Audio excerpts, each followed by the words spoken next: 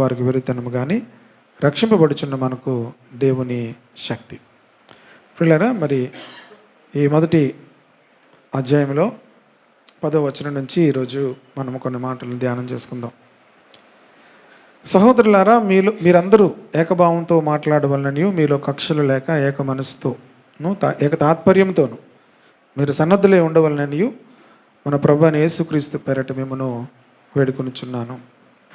పౌలు వాళ్ళందరినీ కూడా ఏక మనసు ఏక భావంతో వారు మాట్లాడాలని, కక్షలు వారి మధ్యలో ఉండకూడదని చెప్తున్నాడు. ఎందుకంటే ఈ వీళ్ళ గురించి క్లోయో అనేటువంటి ఇంటి వారు పౌలుకి కొరింథీ సంఘంలో ఉన్న విషయాలను చెప్పారు.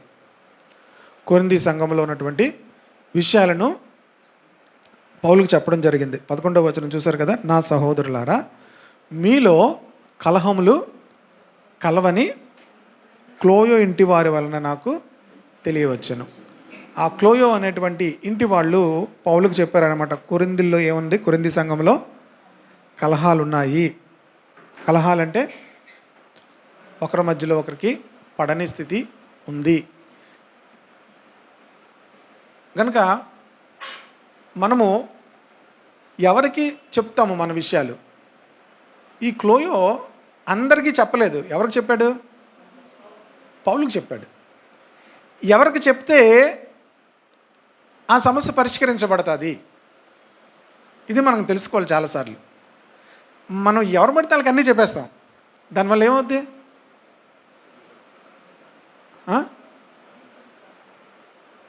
కొరుకుడు పుండు పాకినట్టుగా పాకుతాయి మాటలు. కొరుకుడు పుండు అంటే ఏంటి? కొరుకుడు పుండు అంటే ఏమనుకున్నారు? క్యాన్సర్ వ్యాధి. ఒకసారి స్టార్ట్ అయిందంటే అది అలా అలా అలా అలా అలాగా వ్యాపించిపోద్ది. కనుక ఈ క్లోయో వారు ఎంత మంచి వాళ్ళు అంటే పౌలుకు చెప్పారు. ఎందుకు పౌలుకు చెప్పారు? పౌలు వాళ్ళ పాస్టర్ గారు. పౌలే ఆ యొక్క సంఘాన్ని స్థాపించాడు. పౌలే కొరింథీయులందరినీ కూడా దేవుళ్ళనికి నడిపించాడు. ఇప్పుడు ఎవరికి చెప్తే సమస్య తీరుతుంది? సమస్య తీరడం అంటే సమస్య పరిష్కరించగలరు ఎవరు? అందరికీ ఈ క్లోయో వాళ్ళు ఎలాంటి, ఈ కొరింథీయులు ఎలాంటి వాళ్ళు, అలాంటి వాళ్ళు అందరికీ చెప్పారనుకోండి. దానివల్ల ఏం ప్రయోజనం? దానివల్ల ఏం ప్రయోజనం? మీకు ఇంకా ఒక భయంకరమైన విషయం చెప్పనా? ఆదికాండం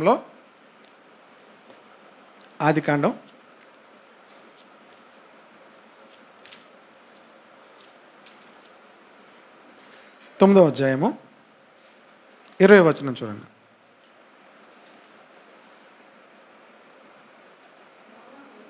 నోవహు వ్యవసాయం చేయని ఆరంభించి ద్రాక్ష తోట వేసెను. పిమ్మట ద్రాక్షరసము తాగి మత్తుడై తన గుడారంలో వస్త్రహీనుడిగా ఉండెను. అప్పుడు కనానుకు తండ్రి అయిన హాము తన తండ్రి వస్త్రహీనుడై ఉన్నట్టు చూచి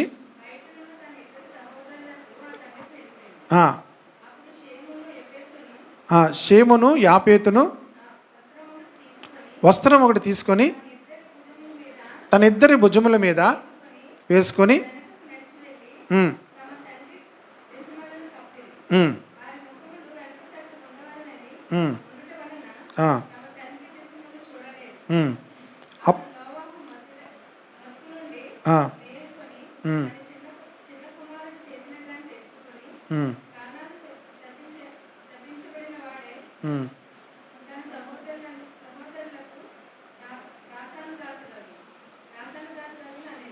చాలు చాలు చాలు. తర్వాత ఏమన్నాడు? షేము దేవుడైన యెహోవా స్తుతింపబడును గాక, కనాను అతనికి దాసుడగును, దేవుడు యాపేతును విశాలపరచును. మీకు ఏమర్థమైంది చదివితే?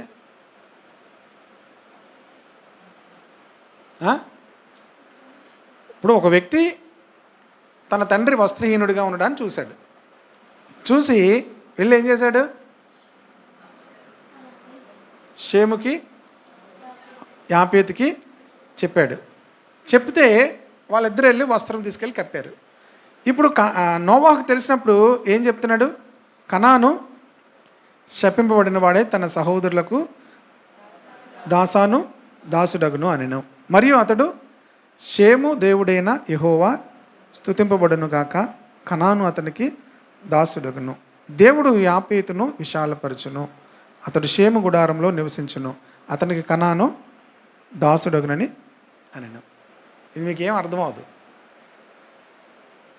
ఒక చూడకుండా దృశ్యం చూశాడు. చూసి ఏం చేశాడు?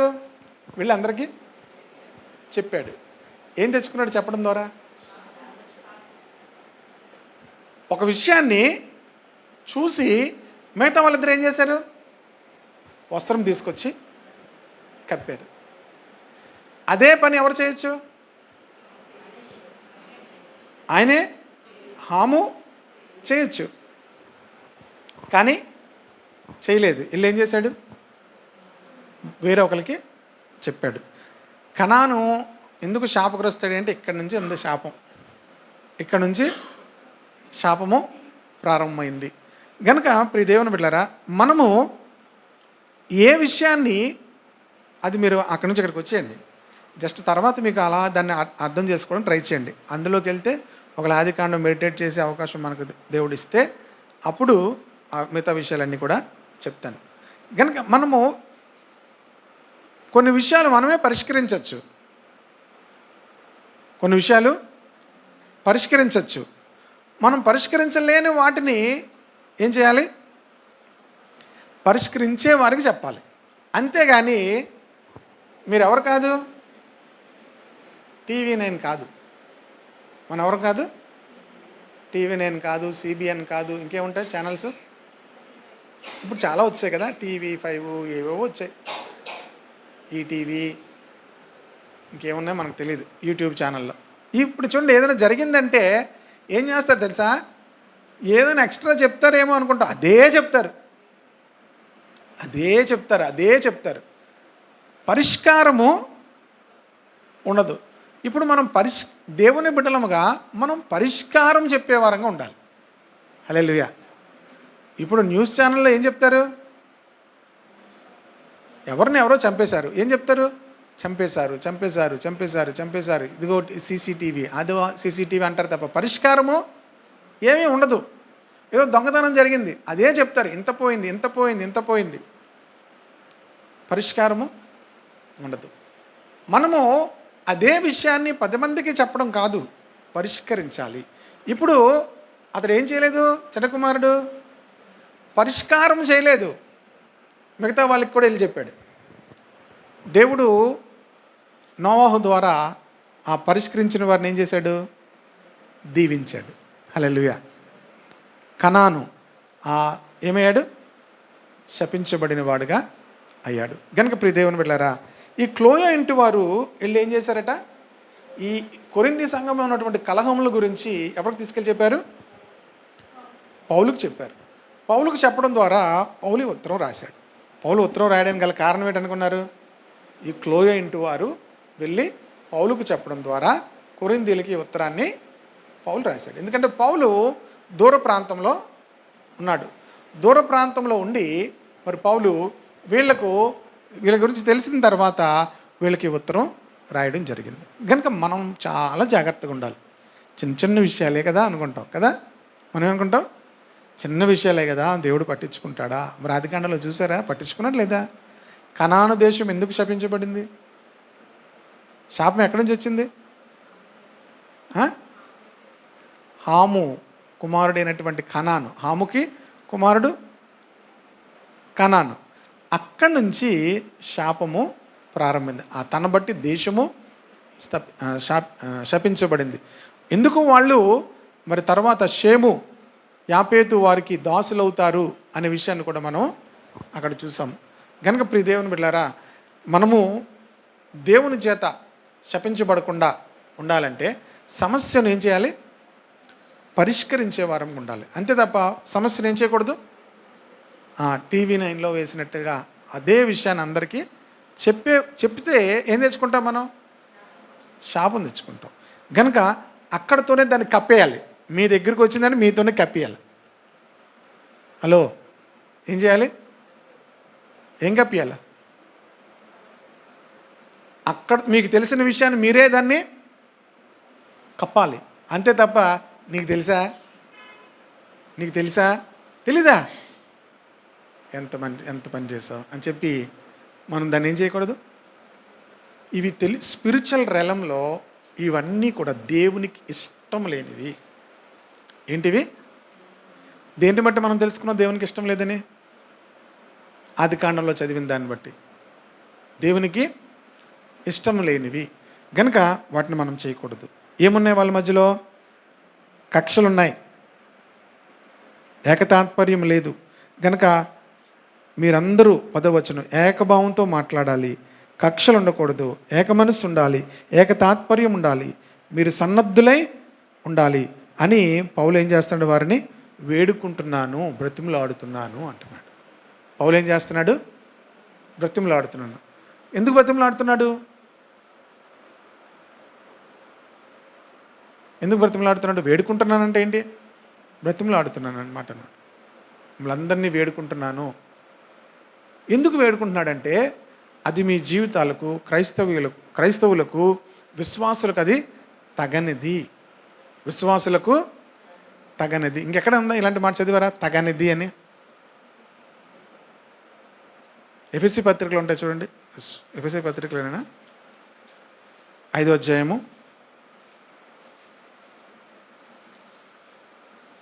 తగనిది అనే మాట అక్కడ మనకు కనిపిస్తుంది. 5వ అధ్యాయంలో 5వ వచనం చూడండి. 4వ వచనం. ఎఫెసీ పత్రిక 5వ అధ్యాయము. కృతజ్ఞతా వచనమే మీరు ఉచ్చరింపవలను, మరియు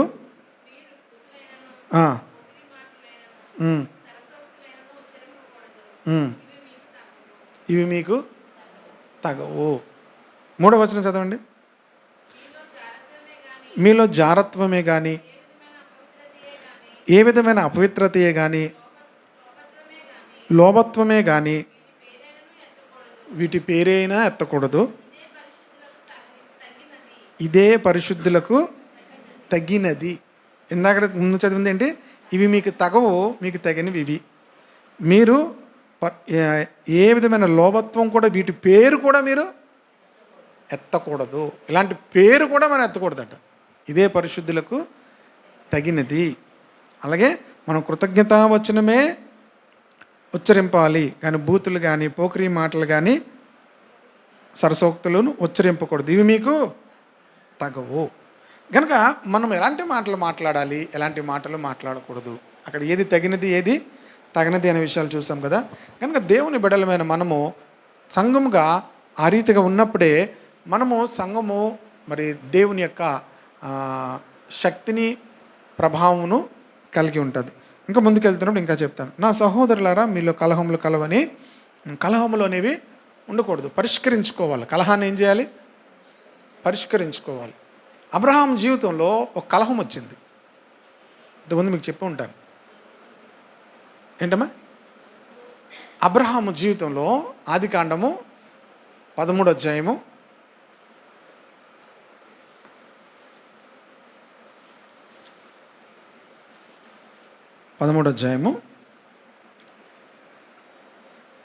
3వ వచనం చూద్దాం, లేకపోతే మొదటి నుంచి చదవచ్చు. అబ్రహాము తనకు కలిగిన సమస్తం, నేను చదువుతానమ్మా, సమస్తమును తన భార్యను తనతో కూడా ఉన్న లోతును వెంటబెట్టుకొని ఐగుప్తులో నుండి దక్షిణ దేశమునకు వెళ్ళెను.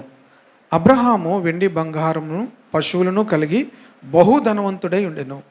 అతడు ప్రయాణము చేయుచు దక్షిణం నుండి బేతేలు వరకును, అనగా బేతేలునకు హాయికును మధ్య తన గుడారం మొదట ఉండిన స్థలమునకు వెళ్ళి తాను మొదట బలిపీఠం కట్టిన చోటుకు చేరెను. అక్కడ అబ్రహాము యెహోవా నామమున ప్రార్థన చేసెను. అబ్రహాముతో కూడా వెళ్ళిన లోతునకును గొర్రెలను, గొడ్లు, గుడారములు ఉండెను గనుక వారు కలిసి నివసించుటకు ఆ ప్రదేశము చాలకపోయెను. ఎందుకనగా వారి ఆస్తి వారు కలిసి నివసించలేనంత విస్తారమై ఉండెను.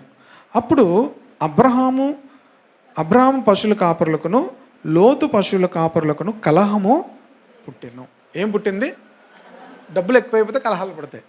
అబ్రహాముకి ఏమొచ్చింది? చాలా ఐశ్వర్యం ఉంది. అబ్రహాంకి ఏముంది? చాలా ఐశ్వర్యం ఉంది, బహుధనవంతుడు. లోతుకు కూడా చాలా ఐశ్వర్యం ఉంది, అతనికి కూడా గొర్రెలు, గొడ్లు అన్నీ ఉన్నాయి, పని వాళ్ళకు ఉన్నాయి. ఇప్పుడు వారు కలిసి నివసించుటకు ఆ ప్రదేశము చాలకపోయింది, ఎందుకనగా వారి ఆస్తి వారు కలిసి నివసించలేనంత. ఎంత ఉంది ఆస్తి? వారు కలిసి నివసించలేనంత విస్తారంగా ఉందట. కనుక ఏమొచ్చింది ఇప్పుడు? అప్పుడు అబ్రాము కాపరులకును లోతు కాపరులకును కలహము పుట్టింది. ఎవరూ తగ్గట్లేదు, ఇద్దరికీ సమానంగా ఉంది డబ్బులు. ఇప్పుడు ఇద్దరు మా అబ్రాహం గొప్ప అంటే లోతు గొప్ప అని ఇద్దరు పనివాళ్ళు గొడవాడుకుంటున్నారు. ఎవరు గొడవాడుకుంటుంది? ఎవరు? పనివారు. లోతు పశువుల కాపరులకును అబ్రాహము పశువుల కాపరులకు మధ్యలో ఏమొచ్చిందట? కలహం పుట్టిందట. కలహం పుడితే ఆ కాలమందు కనానీయులు పెరిజ్జీయులు ఆ దేశంలో ఉండిరి. దేవుడు వీళ్ళని పిలిచాడు. వీళ్ళ మధ్యలో ఏముంది? గొడవలు ఆడుకుంటున్నారు. వీళ్ళు చూస్తారా లేదా? అందరూ అప్పుడులో ఎక్కువ జనాభా లేరు కదా, గొడవ ఆడుకుంటుంటే అందరూ చూస్తున్నారు. కనుక ప్రియ దేవుని వెళ్ళారా, అప్పుడు అబ్రాహాం ఏం చేశాడు చూడండి. కాబట్టి 8వ వచనం, అబ్రాహాము మనము బంధువులము. మనం ఏంటి? బంధువులము. గనుక నాకును నీకును నా పశువుల కాపరులకును నీ పశువుల కాపరులకును ఏముండకూడదు? కలహం ఉండకూడదు. అబ్రాహాము దేవుని ఆత్మ కలిగిన వాళ్ళు ఏం చేస్తారు చెప్పాలి? సమస్యలను పరిష్కరించాలి. సమస్యను ఏం చేయాలి? సమస్యను పెద్ద చేసిన వాళ్ళు ఎవరు? క్యాన్సర్ పేషెంట్లు. ఆత్మీయంగా స్పిరిచువల్ క్యాన్సర్ పేషెంట్స్ అన్నమాట. సమస్యను ఏం చేయాలి? అబ్రాహాము ఏం చేశాడు చూడండి. అబ్రాహాము ప్రార్థన చేసెను అన్నమాట 4వ వచనంలో చూసాను కదా. యెహోవా నామమున ప్రార్థన చేసే వాళ్ళకి దేవుడు ఆ కృపనిస్తాడు. ప్రార్థించే వాళ్ళకి ఏమిస్తాడు? సమస్యను ఏం చేస్తారు? పరిష్కరించగలుగుతారు. ఈ ప్రార్థన దేవునితో సంబంధం లేని వాళ్ళు ఏం చేస్తారు? సమస్యను మరింత పెద్దది చేస్తారు. కనుక ఏమంటున్నాడు? మనం బంధువులము. నాకును నీకు నా పశువుల కాపర్లకు నీ పశువుల కాపర్లకు ఏముండకూడదు? కలహం ఉండకూడదు. ఎందుకంటే మన చుట్టూ ఎవరున్నారు? కనానీయులు ఉన్నారు, పెరిజ్జీయులు ఉన్నారు. ఎవరున్నారు? కనానీయులు ఉన్నారు, పెరిజ్జీయులు ఉన్నారు. కనుక వాళ్ళు మనల్ని చూస్తారు. దేవుడు మనల్ని పిలిచాడు. దేవుడు మనల్ని అక్కడి నుంచి పిలుచుకొని తీసుకొచ్చాడు. దేవుడు మనల్ని ఈ దేశానికి తీసుకొచ్చాడు. ఈ దేశం మనకి ఇస్తానని చెప్పాడు. మనం సాక్ష్యం చెప్తున్నాం. దేవుడు మమ్మల్ని పిలిచాడని, దేవుడు మమ్మల్ని ఇక్కడికి రమ్మన్నాడని, దేవుడు మమ్మల్ని ఆశీర్వదిస్తానని చెప్పాడు, మమ్మల్ని గొప్ప జనంగా చేస్తానని చెప్పాడు. ఇవన్నీ చెప్తున్నాం. మనకేముంది? గొడవలు ఉన్నాయి. అప్పుడు ఏమంటారు చెప్పాలి? అప్పుడు ఏమంటారు చూసిన వాళ్ళు ఎవరు? ఈ కనానీయులు పెరిజ్జీలు ఆ దేశంలో చూసిన వాళ్ళు ఏమంటారు? మాట్లాడితే దేవుడు అంటారు. ఎప్పుడు చూసినా చెప్పాలి, ఎప్పుడు చూసినా గొడవలే. వీళ్ళకేం లేదు, సమాధానం లేదు. కానీ ఏం చెప్తున్నారు? ప్రార్థన చేస్తారు. వాళ్ళు ఎంతసేపు ప్రార్థన చేస్తారు? ఎంత గట్టి ప్రార్థన చేస్తారు? ఏం లేదు. కలహం ఉండకూడదు, కలహం ఉండకూడదు. ప్రైజ్ ది లార్డ్, హల్లెలూయా. ఈ దేశం అంతా నీ ఎదుట ఉన్నది కదా, అబ్రహాం చెప్తున్నాడు 9వ వచనం. ఈ దేశం అంతా నీ ఎదుట ఉన్నది కదా, దయచేసి నన్ను విడిచి వేరుగా ఉండుము. నీవు ఎడమ తట్టునకు వెళ్ళిన ఎడలా నేను కుడి తట్టునకును, నీవు కుడి తట్టునకు వెళ్ళిన ఎడలా నేను ఎడమ తట్టునకు వెళ్ళేదనని లోతుతో చెప్పగా, లోతు తన కనులెత్తి యోర్దాను ప్రాంతం అంతటిని చూచెను. సరే, ఇప్పుడు అది అంత పెద్ద విషయం అయిపోద్ది. ఇక్కడ నుంచి మనం అక్కడి నుంచి ఇక్కడికి వచ్చేద్దాం. కనుక అబ్రహామే చాయిస్ ఇచ్చాడు. మనం గొడవలు ఆడుకోకూడదు. నీకు ఏ ప్రాంతం కావాలో ఆ ప్రాంతము ఎన్నుకో. మీకు విషయం చెప్పనా, మనం చాలా విశ్వాసులు అంటాం, డబ్బుల మ్యాటర్ వచ్చేసరికి ఏమవుతారు?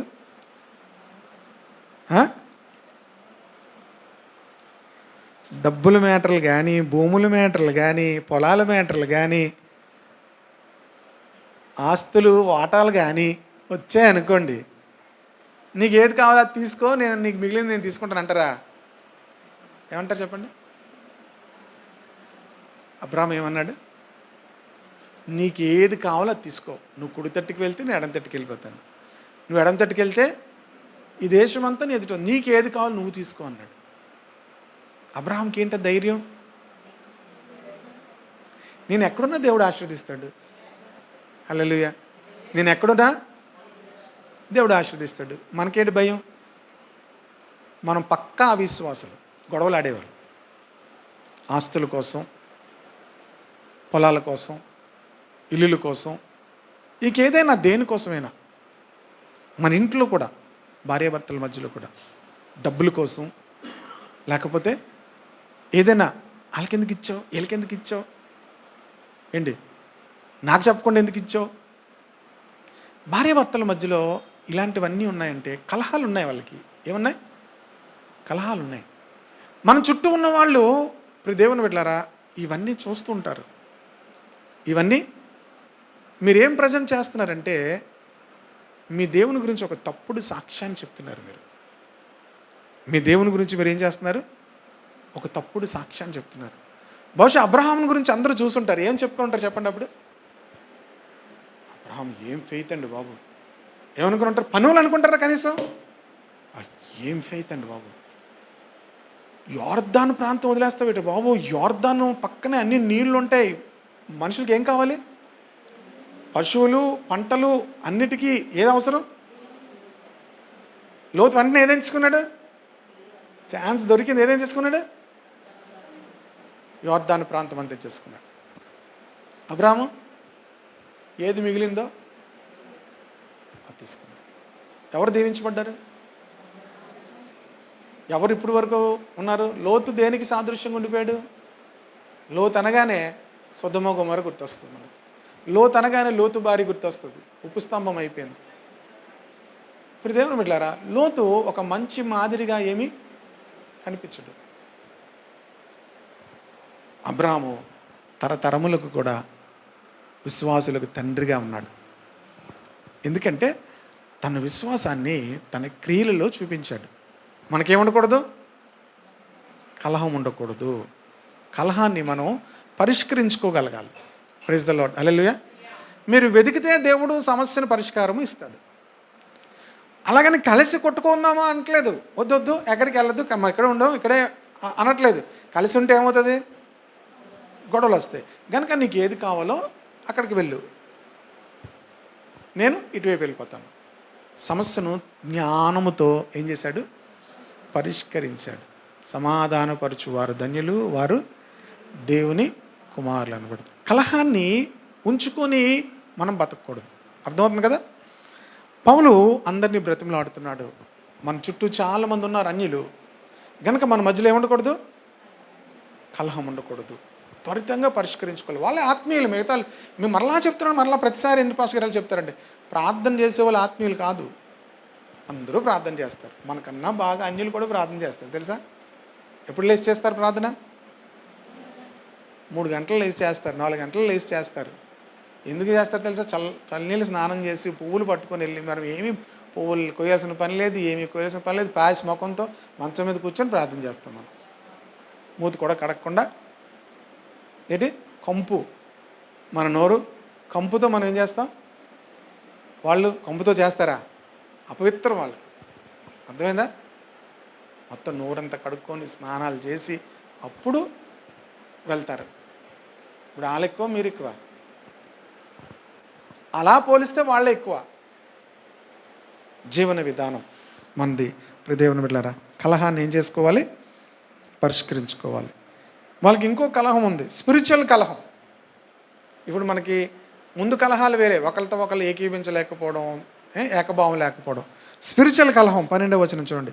మీలో ఒకడు, కొరింథీ పత్రికలో, మీలో ఒకడు నేను పౌలు వాడను, ఒకడు నేను అపొల్లో వాడను, మరి ఒకడు నేను కేఫా వాడను, ఇంకొకడు నేను క్రీస్తు వాడని చెప్పుకుంటున్నారని నా తాత్పర్యం. వారికి ఏం ప్రాబ్లము? ఇవన్నీ డినామినేషన్స్ ఎలాగ వచ్చాయి అనుకున్నారు? మేము బాప్టిస్టులు, మేము లోథరన్స్ ఉన్నారనుకోండి, వాళ్ళు ఎక్కడికైనా వెళ్ళారనుకోండి, వాళ్ళు ఏ చర్చ్ వెతుక్కుంటారు? లోథరన్ చర్చ వెతుక్కుంటారు. వాళ్ళకి ఇంక వేరొక చర్చ్ వాళ్ళకి పడదు. ఫెలోషిప్లు అసలు పడవు. ఎందుకంటే అక్కడ మమ్మల్ని ఎవరు లాస్ట్లో వచ్చి వెళ్ళిపోయినా మమ్మల్ని ఎవరు అడగరు. అంతేకాదు మమ్మల్ని ఎవరు కూడా ఎలా ఉన్నామని కూడా అడగరు. కనుక వాళ్ళతో మాకు సంబంధం లేదు, మేము అలాగే ఉంటాం.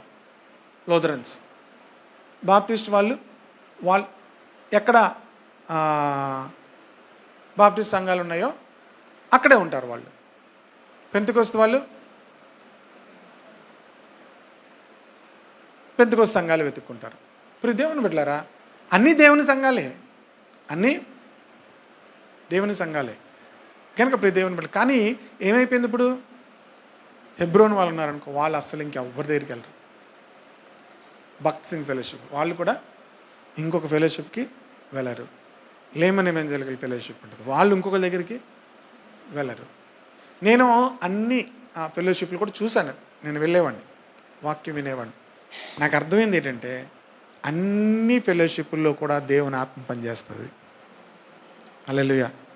వీళ్ళు భాషలు మాట్లాడట్లేదు కదా అంటే, భాషలు మాట్లాడకపోయినా దేవుని ఆత్మ వాళ్ళ మధ్యలో పనిచేస్తుంది. హల్లెలూయా.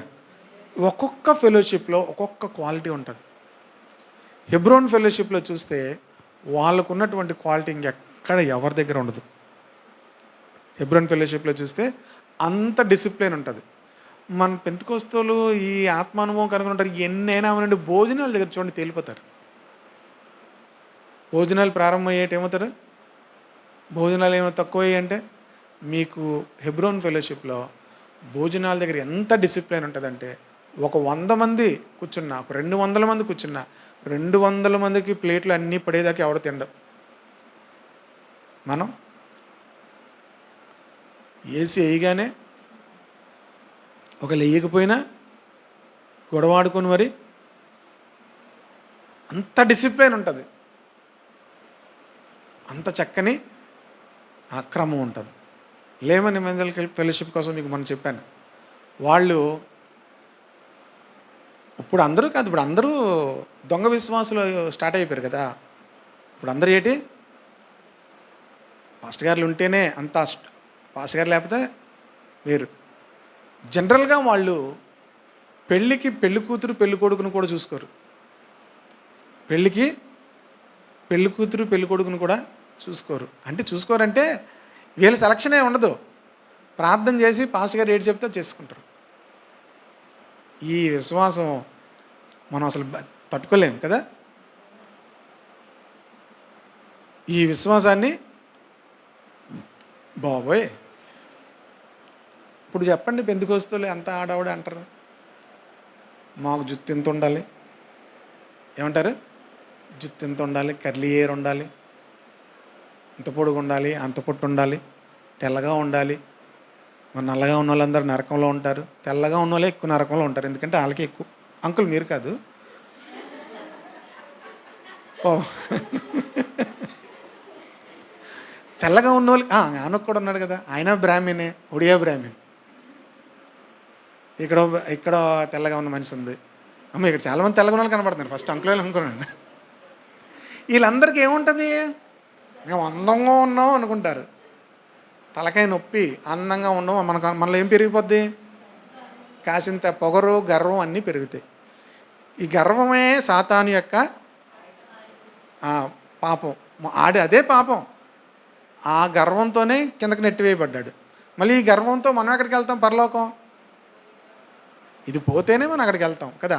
కనుక ఇప్పుడు దేవుని బిడ్డలారా, పెళ్ళిళ్ళు చేయాలంటే ఇన్ని చూడాలి, సంబంధాలు చూడాలంటే బాబోయ్ ఇన్ని అడుగుతారు, అన్ని చెప్తుంటారు. నేను 1-2 చూస్తాను, నాకు అర్థమైపోద్ది వీళ్ళు మనం చెప్తే చేసుకునే వాళ్ళు కాదు. మొన్న ఒక సంబంధం, ఇది రికార్డ్ అవుతుంది సరేలే మనకి, మొన్న ఒక సంబంధం అలాగే చూసాం. అబ్బాయి ఎంత బాగున్నాడంటే అంత బాగున్నాడు. వాళ్ళు చెప్పింది ఏంటంటే, అబ్బాయి నచ్చలేదండి అన్నారు. నేను ఆ ఫోటో ఎన్నిసార్లు చూశాను, అబ్బాయి ఫోటో అటు చూశాను, ఇటు చూశాను, ఏమి నచ్చలేదు, నాకు అర్థం అవ్వలేదు. ఏమీ నచ్చలేదు, నాకు అర్థం అవ్వలేదు. గవర్నమెంట్ ఎంప్లాయ్ అబ్బాయి, ఏంటి గవర్నమెంట్ ఎంప్లాయ్, నచ్చలేదు. ఇక నేను వీళ్ళకి ఏం చేయకూడదు, ఎందుకంటే వాళ్ళు, నేను సాధారణ 1-2 చూస్తాను ఎవరికైనా సరే, దేవుని చిత్తానుసారం దేవుని చిత్తం అనిపించేది చెప్తాను. ఇక చేసుకోనంటే నేనేం మాట్లాడను. ఇంకెందుకంటే వీళ్ళకి ఏం లేదు, దైవ చిత్తానుసారంగా వెళ్ళాలనే ఆలోచన వాళ్ళకి లేదు కనుక నేను ఇంకేమీ మాట్లాడను. అలాగనే వాళ్ళకి పెళ్ళిళ్ళు చేయకపోవడం అలాగే ఉండదు. నేను నా పద్ధతి చెప్తున్నా. కనుక ఇలాంటి డినామినేషన్స్లో ఒక్కొక్కరిది ఒక్కొక్క హైలైట్ ఉంటుంది. కనుక ఏ డినామినేషన్ కూడా మనం ఏం చేయకూడదు, తక్కువ చేయడానికి లేదు. నేను తెలుసుకున్న విషయం అర్థమైందా? వెళ్తూ వెళ్తూ అర్థమైన విషయం ఏంటంటే ఇది అర్థమైంది. కనుక పౌలు ఇక్కడ ఏమంటున్నాడంటే, కొంతమంది నేను పౌలు వాడను, పౌలు చాలా గొప్ప పరిచర్య అందరికన్నా చేశాడు కనుక ఎక్కువ మంది పౌలుకి ఏమైపోయారు, అభిమానులు అయిపోయారు. అలాగే అపోల్లో చాలా జ్ఞాని, ధర్మశాస్త్రీయ వేది, ధర్మశాస్త్రం అంతటిని చక్కగా బోధించగలిగిన వాడు. కొంతమంది ఎక్కువగా అపోల్లోకి ఫేవరెట్స్ అయిపోయారు. కొంతమంది కేఫా అంటే పేతురు. అస్సలు ఎవరు ఫస్ట్ అపోస్తలుడు? పేతురు. కనుక మనందరం కొంతమంది పేతురు ఫేవరెట్స్ అయిపోయారు. కొంతమంది ఎవరు కాదు, క్రీస్తు ఫేవరెట్స్. చూడండి, క్రీస్తు విభజింపబడి ఉన్నాడా? పౌలు మీ కొరకు సిలువ వేయబడిన. ఇందులో పౌలు కానీ, పేతురు కానీ, అపోల్లో కానీ ఎవరైనా మీ కొరకు సిలువ వేయబడ్డారా? సిలువ వేయబడినటువంటి యేసుక్రీస్తునందే మనం విశ్వాసం ఉంచాలి, మనుషుల మీద కాదు, ఏ మనుషుల మీద కాదు. కనుక మనుషుల మీద మీరు నమ్మకం ఉంచకూడదు అని చెప్తున్నాడు. అంతేకాదు, పౌలు నామమును మీరు బాప్తీసం పొందిద్దిరా. ఎవరి నామంలో బాప్తీసం పొందాలి? బాప్టిస్టులైనా లూథరన్స్ అయినా ఎవరి నామంలో బాప్తీసం పొందాలి? యేసుక్రీస్తు నామంలో బాప్తీసం పొందితేనే రక్షణ పొందినట్లు. మేము లూథరన్స్ కనుక లూథర్ నామంలో బాప్తీసం పొందుతామంటే అవ్వదు. మేము బాప్టిస్టులం కనుక బాప్తీసం ఇచ్చి యోహాను నామంలో బాప్తీసం పొందుతామంటే అవ్వదు. ఎవరి నామంలో బాప్తీసం పొందాలి? యేసుక్రీస్తు నామంలో బాప్తీసం పొందాలి. ఎక్కడ కూడా ఒక ఉద్దేశం ఉంటుంది. కొంతమంది ఏమంటారు, యేసు ప్రభు వారు ఏం చెప్పారు, తండ్రి యొక్కయు కుమారుని యొక్కయు పరిశుద్ధాత్మ నామంలో బాప్తీసం ఇమ్మని యేసు ప్రభువే చెప్పారు కదా, మీరు యేసుక్రీస్తు నామంలో ఎందుకు బాప్తీసం ఇస్తున్నారు అంటారు. కొంతమంది అంటారు, అపోస్తలులు యేసునామంలోనే బాప్తీసం ఇచ్చారు కనుక యేసునామంలోనే బాప్తీసం ఇవ్వాలి. ఇదో పెద్ద సమస్య. ఏ నామంలో బాప్తీసం ఇస్తే మనం రక్షణ పొందుతాము? యేసు ప్రభు వారు ఏం చెప్పారు మత్తయి సువార్త 28వ అధ్యాయంలో, మీరు సర్వసృష్టికి వెళ్ళి సర్వసృష్టికి సువార్తను ప్రకటించండి, సమస్త జనులను శిష్యులుగా చేయండి అన్నీ చెప్పి, మీరు తండ్రి యొక్కయు కుమారుని యొక్కయు పరిశుద్ధాత్మ నామంలో ఏం చేయమన్నారు? బాప్తీసం ఇమ్మన్నారు. ఇప్పుడు చెప్పండి, ఏది కరెక్ట్? ఇప్పుడు యేసుక్రీస్తు నామంలో బాప్తీసం ఇవ్వాలా, తండ్రి కుమార పరిశుద్ధాత్మ నామంలో బాప్తీసం ఇవ్వాలా? చెప్పండి.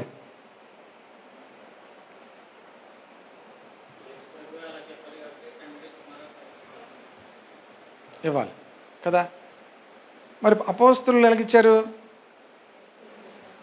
యేసునామంలో బాప్తీసం ఇచ్చారు. మరి ఇప్పుడు ఏది కరెక్ట్? అపోస్తలులు తప్ప?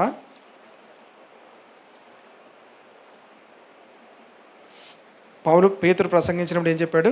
మీరు మారు మనసు పొంది పాపక్షమా నిమిత్తం ప్రతివాడు యేసుక్రీస్తు నామున బాప్తీసం పొందండి. ఏది కరెక్ట్? ఇప్పుడు చాలామందికి డిబేట్ అవుతుంటుంది కదా, మీకు తెలియదు, మీరు చూస్తే తెలుస్తుంది. డిబేట్స్ అవుతుంటాయి. క్రైస్తవుల్లో గొడవలు ఇవి. హిందువులు క్రైస్తవుల మధ్యలో ఉండే గొడవలు వేరు, క్రైస్తవుల్లో ఉండే గొడవలు ఇవి. ఎందుకు ఎక్కువ గొడవలు అవుతాయి చెప్పండి? ఖాళీగా ఉండే వాళ్ళకి ఎలాంటివన్నీ గొడవలు అవుతుంటాయి. ఎవరు పనాలు చేసుకున్నారనుకోండి, ఏ గొడవ ఉండదు. ఖాళీగా ఉన్న వాళ్ళకి ఏమవుతుంటాయి? గొడవలు అవుతుంటాయి. ఇప్పుడు చెప్పండి, సింపుల్గా మీకు చెప్తాను అర్థమయ్యేటట్లు. తండ్రి కుమార పరిశుద్ధాత్మ ఒక్కరే ఉన్నారు. తండ్రి కుమార పరిశుద్ధాత్ముడు ఒక్కరే ఉన్నారు, అంతేనా? త్రిత్వము అనే మాట ఎంత నిజమో ఏకత్వం అనేది కూడా ఒక్కటే. గనుక ఈ ఏకత్వములో మీరు యేసుక్రీస్తు నామములో బాప్తీసం ఇస్తానన్నారు అనగానే తండ్రికి ఏం కోపం వచ్చేది, పరిశుద్ధాత్మకి మీకెందుకు కోపం? అర్థమైంది మీకు? నా పేరు చెప్పలేదు అంటే మీకేమొద్ది?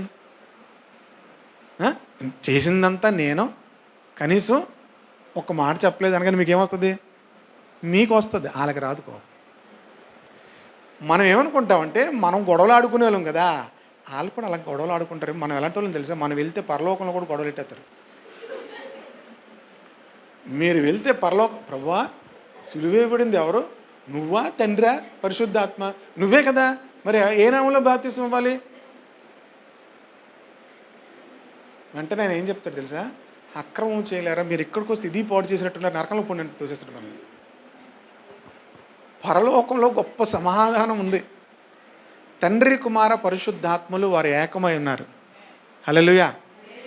కుమారుడు తండ్రిని మహింపరుస్తాడు, తండ్రి కుమారుని మహింపరుస్తారు, పరిశుద్ధాత్మ తండ్రిని మహింపరుస్తుంది, యేసుక్రీస్తుని మహింపరుస్తుంది. యేసుక్రీస్తు పరిశుద్ధాత్మను మహింపరిచారు. నాకంటే ప్రయోజనకరమైన వ్యక్తిని మీ వద్దకు పంపిస్తాను అన్నాడు. అవునా, నేను వెళ్ళిపోయేట మీకు ప్రయోజనం, ఎందుకంటే నాకంటే గొప్ప ఆదరణకర్త మీ వద్దకు వస్తాడు. అంటే పరిశుద్ధాత్మను ఏం చేశాడు, యేసుక్రీస్తు హెచ్చించాడు. సత్యస్వరూపి ఆత్మ వస్తాడు, ఆయన వస్తే మీకు అన్నీ బోధిస్తాడు. ఇప్పుడు మీకు అర్థం అవ్వవు. యేసుక్రీస్తు ఎవరిని హెచ్చించాడు, పరిశుద్ధాత్మను హెచ్చించాడు. తండ్రి ఎవరిని హెచ్చించాడు, కుమారుని హెచ్చించాడు. హెబ్రీ పత్రిక 1వ అధ్యాయంలో మాకు దేవా నీ సింహాసనం నిరంతరం ఉండేది అని ఉంటుంది. ఈయన నా ప్రియ కుమారుడు, ఈయన యందు నేను ఆనందించున్నాను, ఈయన చెప్పింది మీరు చెయ్యండి అన్నారు. యేసుక్రీస్తు ఏం చేశారు, తండ్రిని మహింపరిచారు. వీళ్ళు బాగానే ఉన్నారు, మీకేంటి ప్రాబ్లం? హలో, మీకేంటి ప్రాబ్లం? అర్థమవుతుందా? ఎవరైనా అడిగితే వాళ్ళు బాగానే ఉన్నారు, మీకేంటి ప్రాబ్లం అని అడగండి. యేసుక్రీస్తు నామంలో బాప్తిస్మా, నువ్వు ఎవరి నామంలో బాప్తిస్మా, తండ్రి కుమార్ కాదు, రాంగ్. నీ బాప్తిస్మా ఎవరి నామంలో బాప్తిస్మా పొందాలి? ఇక కొంతమంది వస్తారు, నువ్వు ఎవరి నామంలో యేసుక్రీస్తు నామంలో ఎందుకు బాప్తిస్మా పొందావు? తండ్రి కుమార పరిశుద్ధ. బాబు వాళ్ళకి ఏం లేవు, వాళ్ళందరూ ఒకటే. నీకున్నాయి ప్రాబ్లమ్స్, వాళ్ళకి లేవు. కనుక ఏం చేయొద్దు, వాళ్ళలో గొడవలు పెడితే నిన్నేం చేస్తారు, నరకానికి వెళ్తావు. అర్థమైంది కదా, సింపుల్గా అర్థమైంది అనుకుంటున్నాను. అర్థమైందా? కనుక మనము తండ్రి కుమార పరిశుద్ధాత్మ నామలో బాప్తీసం పొందినా ఏం తప్పులేదు, యేసుక్రీస్తు నామలో బాప్తీసం పొందినా ఏమీ తప్పులేదు. అర్థమవుతుంది కదా, ఎందుకంటే వాళ్ళు ముగ్గురు ఏమైనారు, ఎవరిని ఎవరు మహిమపరిచినా ఏ ప్రాబ్లము లేదు. అర్థమవుతుంది కదా, మీరు ఎవరికి ప్రార్థన చేసినా ప్రాబ్లం లేదు. ఓకేనా, ఏకమై ఉన్నారు, ఏకమై ఉన్నారు. అర్థమైంది కదా. ఆ ఏకత్వం అర్థం అవ్వాలంటే మనము దేవుని బిడ్డలారా, దేవుని ఆత్మ మనకుంటేనే మనకు అర్థమవుతుంది. అర్థమైందా? మనమే 3 భాగాలుగా ఉన్నాం, ప్రాణము, శరీరము, ఆత్మ. కానీ ఒకటిగా ఉన్నామా, ముగ్గురుగా ఉన్నావా? మధ్య మధ్యలో మీ ఆత్మ బయటికి వెళ్ళిపోయి వస్తుందా? మధ్య మధ్యలో బయటికి వెళ్ళిపోతే ఏముండదు ఇంక మీది. మీ ముగ్గురు ఆత్మ, ప్రాణము, శరీరం ఒకటే ఉందా లేదా? ఇంత దేవుని 3 ఏంటి, 3 ఎలాగండి అంటే ఎలాగవద్ది? మీకు ఆత్మ ఉందా లేదా చూసుకోండి ఒకసారి. ప్రాణం ఉందా, శరీరం ఉందా?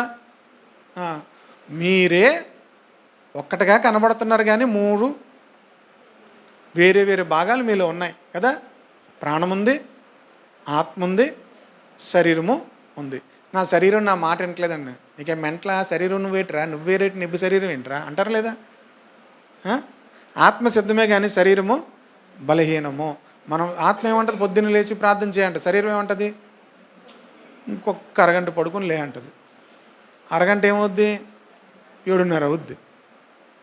అరగంట ఏమవుద్ది, 7:30 అవుద్ది. ఇప్పుడు మీరు శరీరం మాట విన్నారా, ఆత్మ మాట విన్నారా? శరీరం వేరు, ఆత్మ వేరు, ప్రాణం వేరు. అర్థమైంది కదా. సరే, నా నామను మీరు బాప్తిసం పొందుతారని ఎవరితో చెప్పకుండానట్లు క్రీస్తును గాయకును తప్ప మరి ఎవరికి నేను బాప్తిస్మము ఇవ్వలేదు, అందుకే దేవునికి కృతజ్ఞతాస్తుతులు చెల్లించున్నాను. స్టెఫను ఇంటి వారికి నీ బాప్తిసం ఇచ్చితిని. పౌలు స్టెఫనును చంపినప్పుడు ముఖ్య కారకుడు ఎవరంటే, స్టెఫను చంపడానికి పౌలు దగ్గరే ఎవరు చంపుతున్నారో వాళ్ళందరూ వెళ్ళి వాళ్ళ బట్టలు పెట్టి స్టెఫన్ ఏం చేశారు, చంపారు. పౌలు తర్వాత వెళ్ళి ఏం చేశాడు తెలుసా, మారు మనసు పొందాక స్టెఫన్ ఇంటికి వెళ్ళాడు. మీరు నిజంగా మారు మనసు పొందారనడానికి రుజువేంటి తెలుసా, గతంలో మీరు చేసిన మిస్టేక్స్ అన్నీ కూడా వాళ్ళ దగ్గరికి వెళ్ళి మరలా ఏమవ్వాలి, వాళ్ళతో సమాధానం పడాలి. స్తెఫను చంపడానికి గల కారణం పౌలు. కనుక స్తెఫను మారు మనసు పొందాక ఎక్కడికి వెళ్ళాడు? స్తెఫను ఇంటికి వెళ్ళాడు. బహుశా స్తెఫను ఇంటి వాళ్ళు ఇంకా రక్షణ పొందలే. స్తెఫను చనిపోయాక మేబీ ఇంకా కఠినమైపోయి ఉండొచ్చు. పౌలు వెళ్ళి వాళ్ళకి సువార్త చెప్పాడు. పౌలు వెళ్ళి వాళ్ళకి బాప్తిస్మం ఇచ్చాడు. హల్లెలూయా. పౌలు వెళ్ళి వాళ్ళకి సువార్త చెప్పాడు. పౌలు వెళ్ళి వాళ్ళతో ఏం చేశాడు?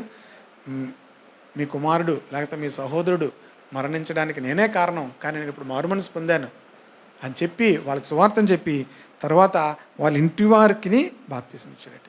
ఇంటి వాళ్ళు ఉన్న వారందరికీ, ఇంకా రక్షణ పొందలేని వారందరికీ ఏం చేశాడు? పౌలు బాప్తిస్మం ఇచ్చాడు. మారు మనసు పొందిన వాళ్ళ జీవితాల్లో కొన్ని క్రియలు కనబడాలి. హల్లెలూయా. కనుక అక్కడికి వెళ్ళి ఏం చేశాడు? బాప్తిస్మం ఇచ్చుటకు క్రీస్తు నన్ను పంపలేదు. కనుక బాప్తిస్మం అనేది చాలా అవసరం, కానీ బాప్తిస్మము ఇవ్వడానికి క్రీస్తు నన్ను పంపలేదు.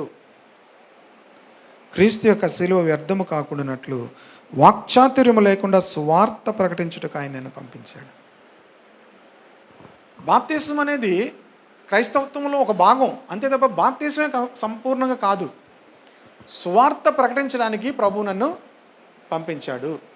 సువార్త ప్రకటించడానికి నన్ను పంపించాడు. ఎలాగంటే క్రీస్తు యొక్క శిలువ వ్యర్థము కాకుండా, అంటే యేసుక్రీస్తు ఎందుకు సిలువ వేయబడ్డాడో ఆ మరణము వ్యర్థము కాకుండా సువార్త ప్రకటించమని నన్ను పంపించాడు అంటున్నాడు. హల్లెలూయా. కనుక యేసుక్రీస్తు ఎందుకు సిలువ వేయబడ్డాడో చెప్పకపోతే ఎవరికి ఏమవ్వదు? తెలియదు. ఎందుకు సువార్తను చెప్పాలి అంటే మిగతా వాళ్ళందరూ కూడా మేము ఎవరూ ఏమీ చెప్పం కదా, మీరు ఎందుకు ఇంటింటికి వెళ్ళి చెప్తారు, మీరు ఎందుకు అలాగా సువార్తను చెప్తారు అంటారు. యేసుక్రీస్తు ఎందుకు సిలువ వేయబడ్డాడో చెప్పకపోతే వాళ్ళకి ఎలా తెలుస్తుంది? అర్థమైందా? చెప్పకపోతే ఎలా తెలుస్తుంది? క్రీస్తు సిలువ వ్యర్థం ఎప్పుడవుతుంది? చెప్పకపోతే వారికి యేసుక్రీస్తు ఎందుకు సిలువ వేయబడ్డాడో వాళ్ళకి వ్యర్థమైపోయినట్టే కదా. గనక సిలువ వేయబడిన యేసుక్రీస్తు సిలువ వ్యర్థము కాకుండానట్లు వాక్చాతుర్యము లేకుండా సువార్త నేను ప్రకటిస్తున్నాను అన్నాడు. వాక్చాతుర్యం అంటే ఏంటి? వాక్చాతుర్యం అంటే చాలామంది చాలా చక్కగా మాట్లాడతారు కదా, భాషా నైపుణ్యత చాలా బాగుంటుంది. సువార్త చెప్పడానికి భాషా నైపుణ్యత ఏం బాగుండే అవసరం లేదు. యేసుక్రీస్తు మీ కొరకు సిలువ వేయబడ్డాడు అని చెప్పడానికి నైపుణ్యత ఏం అవసరం లేదు. సువార్త చెప్పడానికి ఏం అవసరం లేదు? వాక్చాతుర్యము, మనము చక్కటి భాషా నైపుణ్యము కలిగి ఉండవలసిన అవసరము లేదు. కనుక యేసుక్రీస్తు మీ కొరకు సిలువ వేయబడి ఉన్నాడు, యేసుక్రీస్తు మరణించి తిరిగి లేచాడు, ఆయన మరలా రాబోతున్నాడు, నమ్మి బాప్తిజం పొందేవాడు రక్షించబడు, నమ్మని వానికి శిక్ష. సువార్త అయిపోయింది. సువార్త చెప్పడం ప్రియ దేవుని బిడ్డలారా, ఏ ప్రభు దగ్గర నీకు పిల్లలెత్తారు, యేసు ప్రభు దగ్గర నీకు ఉద్యోగం ఇస్తారు, ఇవన్నీ సువార్త కాదు, దుర్వార్త.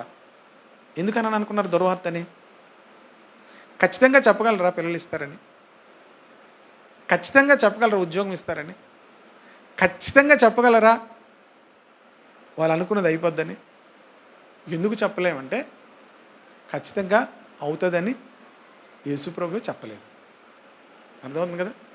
కొత్త నిబంధన వేరు, పాత నిబంధన. ప్రభువు నమ్ముకున్నప్పటికీ కూడా కొన్ని మన జీవితాల్లో జరగకపోవచ్చు. దాని గురించి మనం ఏమి, రక్షణ కంటే గొప్పది ఇంకేం లేదు. దేవుడు ఆ గొప్పది ఇచ్చాడు. తన కుమారుని కంటే గొప్పది ఏమి లేదు, తన కుమారుని దేవుడు మనకు అనుగ్రహించాడు. కనుక మనకేదో జరగలేదు, ఏదో జరిగింది, లేకపోతే అది జరుగుతుంది అని చెప్పడం సువార్త కాదు. ఎవరిని కూడా మనం మందిరానికి నడిపించేటప్పుడు కానీ, ఎవరికి కూడా మన ప్రభు గురించి చెప్పేటప్పుడు కానీ ఇది జరుగుతుంది కనుక ప్రభువుని నమ్ము అని మనం చెప్పాల్సిన అవసరం. సువార్త అంటే యేసుక్రీస్తు మీ కొరకు సిలువ వేయబడి మరణించాడు, నువ్వు మరణించాలి, నువ్వు శిక్ష అనుభవించాలి, నీ శిక్షను యేసుక్రీస్తు అనుభవించి సిలువలో మరణించి తిరిగి లేచాడు ఆయన. నువ్వు నమ్మితే నువ్వు శిక్ష నుంచి తప్పించబడతావు, నరకం నుంచి తప్పించబడతావు. నమ్మి బాప్తిజం పొందితే నువ్వు రక్షించబడతావు. ఇది సువార్త. ఒక వ్యాధిగ్రస్తులు ఉన్నారనుకోండి, దేవుని చిత్తమైతే దేవుడు వారిని ఏం చేస్తాడు? స్వస్థపరుస్తాడు. అందుకే మనం ఎప్పుడైనా సరే ఒక మాట మాట్లాడాలి, ప్రభు నీ చిత్తమైతే వారిని స్వస్థపరచు. ఆ కుష్ఠరోగి ఏమన్నాడు యేసుప్రభు దగ్గరికి వచ్చి, ప్రభువా నీ చిత్తమైతే, నీకు ఇష్టమైతే నన్ను. ప్రభు ఎంత సంతోషించాడో, నాకు ఇష్టమే, నువ్వు శుద్ధుడు కమ్ము. అలాంటి మాటలు మనం చెప్తే ప్రభు హృదయం ఎంత ఆనందిస్తుంది కదా. మీరు మమ్మీ దగ్గరకు డాడీ దగ్గరికి వెళ్ళి, అమ్మ నీకు ఇష్టమైతే నాకు కొంచెం ఏదైనా చేసి పెడతావు అంటే అలా ఏమైపోతారు చెప్పండి? అమ్మ చేయమ్మా, చేసుకో అంటారు. ఇప్పుడు ఏమంటారు? బుక్ చేసుకో అంటారు.